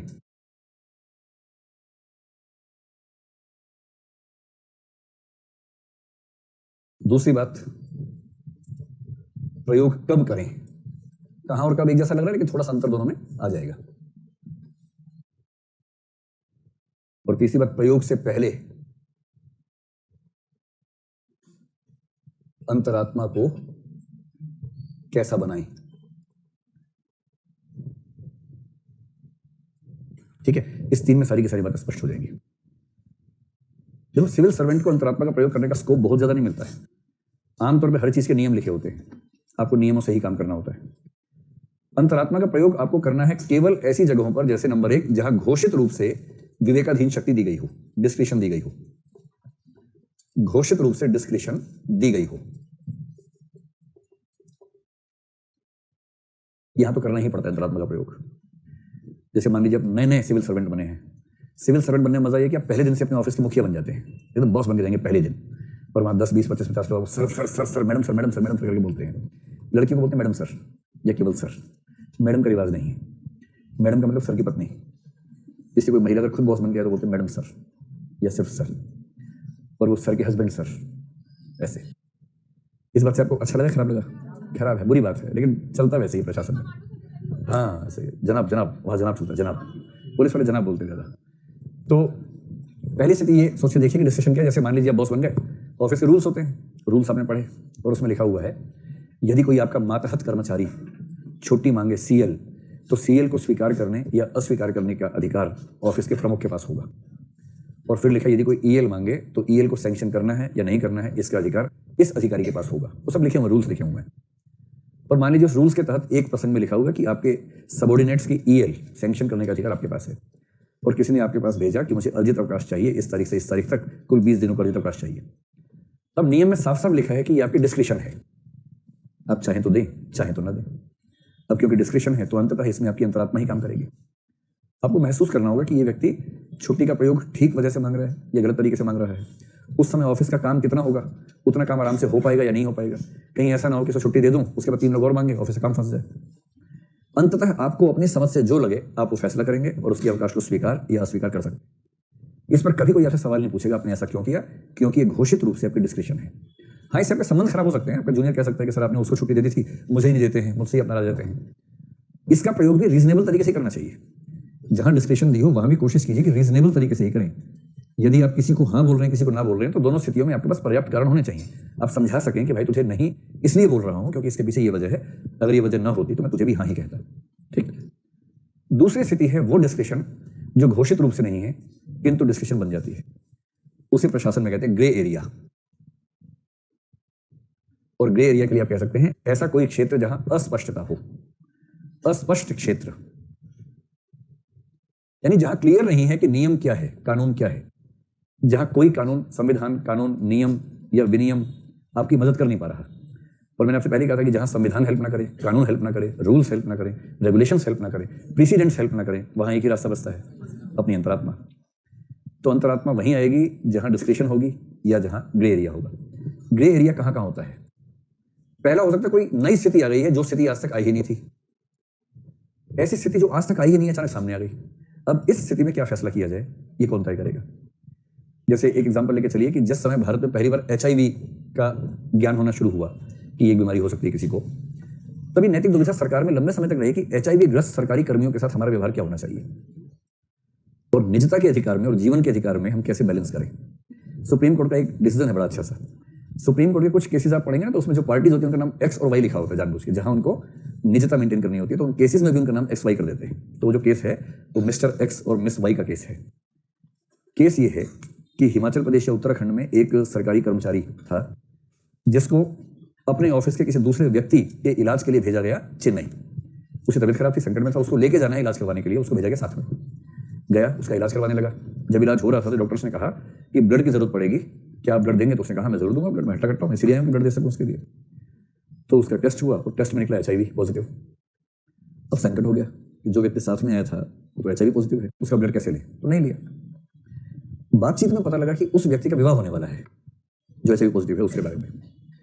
और क्योंकि वो व्यक्ति लंबे समय तक दोस्त के साथ वहां रहा, तो उसकी वुड बी वाइफ इसलिए उससे मिलने आ गई कि कोई दिक्कत तो नहीं है, कोई दिक्कत तो मैं हेल्प कर सकूं, इस भाव से वो भी वहां पहुंची फ्लाइट से कि मैं कोई हेल्प करनी हो तो मैं कर सकूं। वहां गई तो उस डॉक्टर से उसका आमना सामना हो गया जिस डॉक्टर ने रिपोर्ट बनाई थी कि एचआईवी पॉजिटिव है। उस महिला को कुछ नहीं पता था। डॉक्टर को दुविधा ये थी कि वो उसे बताए या ना बताए। भाई बताए तो संकट, निजता का संकट, ना बताए इस महिला का जीवन का संकट है। तो फाइनली उसने उस महिला को बता दिया कि देखिए आपके वुड बी हस्बैंड को एचआईवी पॉजिटिव है और ये मैं आपको मानवीय नैतिक आधार पर बता रहा, ठीक समझा, इसलिए आपको बता रहा हूं। तो जैसा कि उस महिला के लिए स्वाभाविक था, उसने विवाह से मना कर दिया। उस आदमी ने डॉक्टर पे केस कर दिया। किसने बताया कैसे? अगर ना बताता मेरे कार्ड छप चुके थे, शादी हो जाती मेरी। इस डॉक्टर की वजह से मेरा जीवन खराब हुआ और मेरा निजता का अधिकार का हनन हो गया है। मामला सुप्रीम कोर्ट ऐसी मामलों के लिए बना है। सुप्रीम कोर्ट जज बैठे थे, आओ जरा ऐसे बात करेंगे, उनको बड़ा मतलब नए सिद्धांत गढ़ने में बड़ा मजा आता है उनको ना। परंतु में उन्होंने उस डॉक्टर के पक्ष में फैसला सुनाया और कहा कि कोई ऐसा कानून या नियम नहीं है जो डॉक्टर को यह कहे कि एचआईवी पॉजिटिव होने की जानकारी उसके संबंधी को नहीं देनी है। सामान्य मामलों में निजता है, किंतु यहां दुविधा यह है कि जानकारी नहीं देने से किसी का जीवन फंस सकता है। ऐसी स्थिति में नहीं बताना भी तो एक अपराध था। बताना इसके लिए अपराध है, नहीं बताना उसके लिए अपराध है। और इसलिए सुप्रीम कोर्ट ने कहा कि हम इस मामले में यह मानेंगे कि डॉक्टर ने सही किया है बताकर। हाँ, किसी और को बताएगा तो अपराध है। एचआईवी पीड़ित व्यक्ति को निजता का यह अधिकार होना चाहिए कि यूं ही किसी को ना बताया जाए, किंतु उसकी वजह से जिसका जीवन खत्म हो सकता है उसको ना बताया जाए, यह अधिकार उसको नहीं होना चाहिए। तो ये क्या हो गया? नई स्थिति आ गई और नई स्थिति में आपको अपनी डिस्क्रिप्शन का, अपनी कंसाइंस का इस्तेमाल करना ही पड़ेगा। ठीक है।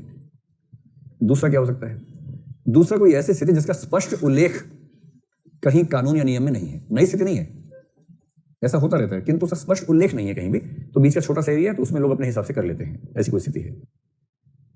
तीसरी स्थिति हो सकती है कि कॉन्ट्राडिक्शन है। जैसे मान लीजिए कि दो हाई कोर्ट्स के निर्णय हैं, एक हाई कोर्ट दूसरा हाई कोर्ट, और दोनों हाई कोर्ट के निर्णयों में विरोध की स्थिति है। सवाल है कि किसी तीसरे राज्य के सरकारी कर्मचारी उनमें से किसकी बात माने। आप समझ रहे हैं? मान लीजिए पटना हाई कोर्ट ने एक फैसला दिया और दूसरा कोई high court, Mumbai high court ने दूसरा फैसला दिया। एक ही मामले में विरोधी फैसले दिए। तो महाराष्ट्र में बॉम्बे हाई कोर्ट का फैसला मानना जरूरी है, बिहार में पटना हाई कोर्ट का फैसला मानना जरूरी है, किंतु उत्तर प्रदेश की स्थिति में कोई सरकारी कर्मचारी इनमें से कौन सा फैसला माने? दुविधा है। नहीं, कोई भी मान सकता है। तो उसके पास चॉइस है, ये मान ले या ये मान ले। और जैसे ये चॉइस आ गई, इसका मेरा डिस्कशन आ गया, विवेकाधीन शक्ति आ गई। तो जहां नियम है किंतु नियमों में या उनकी व्याख्याओं में कॉन्ट्रडिक्शंस हैं, वहां भी वो स्थिति आएगी जहां आपको डिस्कशन से फैसला करना पड़ेगा। चौथा, जहां कोई प्रेसिडेंट भी ना हो, पूर्व उदाहरण भी नहीं है, या तो नई स्थिति है या उल्लेख नहीं है, कोई प्रेसिडेंट नहीं है, कॉन्ट्रेरी जजमेंट एक साथ मिल गए हैं, कोई लिखित नियम नहीं है। ये सारी स्थितियां मिलाकर एक ऐसी स्थिति में ले जाएंगी जहां अंततः आपको अपनी विवेक शक्ति से ही फैसला करना पड़ेगा और उसी को हम कहेंगे कि एक कंसाइंस का प्रयोग करने का सही समय आ गया है। स्पष्ट हुआ? प्रयोग कब करें? पहली बात, अगर आपकी कंसाइंस डाउटफुल है या प्रोबेबल है या सर्टेन है, इनमें से कौन सी स्थिति में धूमधाम से प्रयोग करना है? तो सर्टेन है तो लिखो धूमधाम से प्रयोग करें। मैं लिख रहा हूं बोर्ड पे, आप लिख के बता देना धूमधाम से प्रयोग करें, है ना? मतलब खुल के प्रयोग कीजिए। अगर आप क्लियर हैं, सर्टेन हैं, तो धूमधाम से प्रयोग कीजिए। अगर प्रोबेबल हैं तो बहुत महत्वपूर्ण मसले पर फैसला ना करें, सामान्य मसलों पर फैसला कर सकते हैं। तो प्रोबेबल कंसाइंस की स्थिति में साधारण मामला है तो कर लीजिए, नीतिगत मामला है तो बचना चाहिए, रुक जाना चाहिए, सलाह ले लो बाकी लोगों से और सारे उपाय कर लो, उसके बाद मजबूरी में ही करो। और डाउटफुल है तो क्या करना चाहिए? जहां तक संभव हो रुकना चाहिए। संभव ही नहीं है फिर तो अलग बात है, फिर क्या कर सकते हैं? जहां तक संभव हो वहां तक रुक जाना चाहिए, क्योंकि आपकी कंसाइंस से लिया गया फैसला अंत में जब फाइल खुलेगी तो जवाब आपको देने पड़ेंगे। तब आप ये नहीं कहेंगे मेरी अंतरात्मा जाग गई थी उस दिन, फिर वो सुला देंगे उसको सही रूप से। तो जवाब क्योंकि अंत में आपको ही देना है, इसलिए डाउटफुल कंसाइंस से तो रुक जाना चाहिए। अंतिम बात, अगर अंतरात्मा का प्रयोग करना है तो उससे पहले कैसा बनाएं? तो उसका उत्तर है उसको एनलाइटन्ड करना, उसको प्रबुद्ध बनाना या उसका प्रशिक्षण देना। अंतरात्मा को प्रशिक्षण दें ताकि वो क्या बन जाए? एनलाइटन्ड कंसाइंस बन जाए। ये प्रशिक्षण कैसे दिया जाएगा जी? तो इनका सवाल है कि एनलाइटन्ड कंसाइंस और इमोशनल इंटेलिजेंस में क्या संबंध है या क्या अंतर है? मतलब इमोशनल इंटेलिजेंस का संबंध नैतिकता से अनिवार्यता नहीं होता है, एनलाइटन्ड कंसाइंस का संबंध नैतिकता से अनिवार्यता होता है। तो मैं ये कहूंगा कि यदि इमोशनल इंटेलिजेंस हो और नैतिकता के क्षेत्र में ही उसका प्रयोग किया जाए तो एनलाइटन्ड कंसाइंस जैसी स्थिति बननी चाहिए। मैंने आपसे कहा था कि इमोशनल इंटेलिजेंस वाला आदमी बहुत घाघ और कमीना भी हो सकता है। वो अपनी उस क्षमता का दुरुपयोग कर सकता है, दूसरे व्यक्तियों का मिसयूज कर सकता है, ऑब्जेक्टिफाई कर सकता है। और जिस व्यक्ति की कंसाइंस एनलाइटेंड होगी वो किसी व्यक्ति का मिसयूज नहीं करेगा। तो इमोशनल इंटेलिजेंस अगर शराफत के साथ किसी के अंदर है तो आप कह सकते हैं कि उसकी कंसाइंस एनलाइटेंड किस्म की है। मतलब तुरंत मैं इतना ही सोच पा रहा हूँ, थोड़ा और सोचेंगे तो कुछ और लिंक मिलेंगे, लेकिन बेसिक लिंक ये तो आप मान ही सकते हैं। ठीक है, चलो। तो अपनी कंसाइंस को एनलाइटन करना हमारी जिम्मेदारी है सिविल सर्वेंट के तौर पे। और प्रशिक्षण कैसे देना है उसको? इसका एक तरीका होता है पढ़ाई। पढ़ाई किस चीज की? पढ़ाई सबसे पहले कॉन्स्टिट्यूशन की, फिर जो संबद्ध कानून है, आप जिस विभाग में काम करते हैं उस विभाग से जुड़े हुए जो मूल कानून है उनको ठीक से पढ़ना चाहिए। उन कानूनों के साथ साथ जो जजमेंट्स आए हैं अब तक उससे संबंधित, उन जजमेंट्स को ठीक से पढ़िए। फिर जो प्रेसिडेंट्स हैं, जो महत्वपूर्ण मामले आए हैं सरकार के पास, सरकार के अधिकारियों ने क्या क्या फैसले किए, और फैसले से पहले नोटिंग सेक्शन में क्या लिखा, क्योंकि नोटिंग सेक्शन में उसकी रीजनिंग लिखी होती है, पूरी उसका तर्क लिखा होता है। तो प्रेसिडेंट्स का जो नोटिंग सेक्शन है उसमें क्या तर्क दिया गया उसको ठीक से पढ़िए। जो रूल्स हैं, रेगुलेशंस हैं, कोड ऑफ कंडक्ट है, उसको ठीक से पढ़िए। और केवल ये सब नहीं, देखिए सुप्रीम कोर्ट के सबसे अच्छे जज वो माने जाते हैं जिन्होंने इन सब के साथ एक चीज पढ़ी हो, जूरिस्प्रूडेंस। जूरिस्प्रूडेंस का मतलब है न्याय का दर्शन। इसलिए सबसे अच्छे जजेस अपने फैसलों में बहुत सारे दार्शनिकों को कोट करते हैं। कोई हीगल को लाएगा, कोई मार्क्स को लाएगा, कांट को लाएगा। और भारतीय माइंडसेट वाले होते हैं, भारत के दो दर्शन, एक न्याय दर्शन, एक मीमांसा दर्शन। इन लोगों ने लिंग्विस्टिक इंटेलिजेंस में इतना काम किया है कि न्याय और मीमांसा दर्शन को कोट करके इतने सारे जजेस ने अपने फैसले दिए कि वो बहुत रोचक तरीका है बात करने का। इसलिए यदि आप चाहते हैं कि अभी कंसाइंस एनलाइटेंड हो तो पढ़ाई केवल संविधान, रूल्स, रेगुलेशंस नहीं, साथ में फिलोसफी की। फिलोसफी मतलब सारी नहीं, जो बेसिक फिलोसफी आपको पता होनी चाहिए वो फिलोसफी। समाज की जानकारी, सोशियोलॉजी का इतना पता होना ही चाहिए कि आप अपने समाज को ठीक से समझ सकें। बेसिक साइकोलॉजी, किसी मनुष्य को समझना हो इतना पता होना चाहिए। थोड़ा बहुत इतिहास पता हो देश का, थोड़ा साहित्य पढ़ा हो। तो ये सब चीजें जीवन भर पढ़ते रहना चाहिए। ये नहीं सोचना चाहिए कि एक बार सिलेक्शन हो जाए सारी किताबों में आग लगा दूंगा, एक ही बार में धुआं कर दूंगा, हमेशा के लिए जंजाल खत्म कर दूंगा। इस भाव से पढ़ेंगे छाती पे पत्थर रख के ना तो उसे मजा नहीं है। आईएएस बन जाना काफी नहीं है। आईएएस बनने के बाद सबसे शानदार आईएएस भी तो बनना है। सबसे शानदार आईएएस बनने के लिए आपकी कंसाइंस को एनलाइटन करना होगा। और एनलाइटनमेंट एक स्थिति नहीं है, एक प्रक्रिया है जो जीवन भर चलती रहती है। और वो प्रक्रिया चलाने का तरीका है कि इन सब चीजों को ठीक से पढ़ें। और इसके अलावा अच्छी संगति, गुड कंपनी, ऐसे लोगों की संगति में ज्यादा से ज्यादा रहिए जिनकी कंसाइंस एनलाइटेंड हो, जो आपको बहुत महत्वपूर्ण तरीके से कुछ चीजें समझा सकें, कई केसेस का रेफरेंस दे सकें। और इस प्रकार धीरे धीरे सब कुछ होएगा, एनलाइटन हो जाएगी कंसाइंस। कल इसको पूरा करेंगे।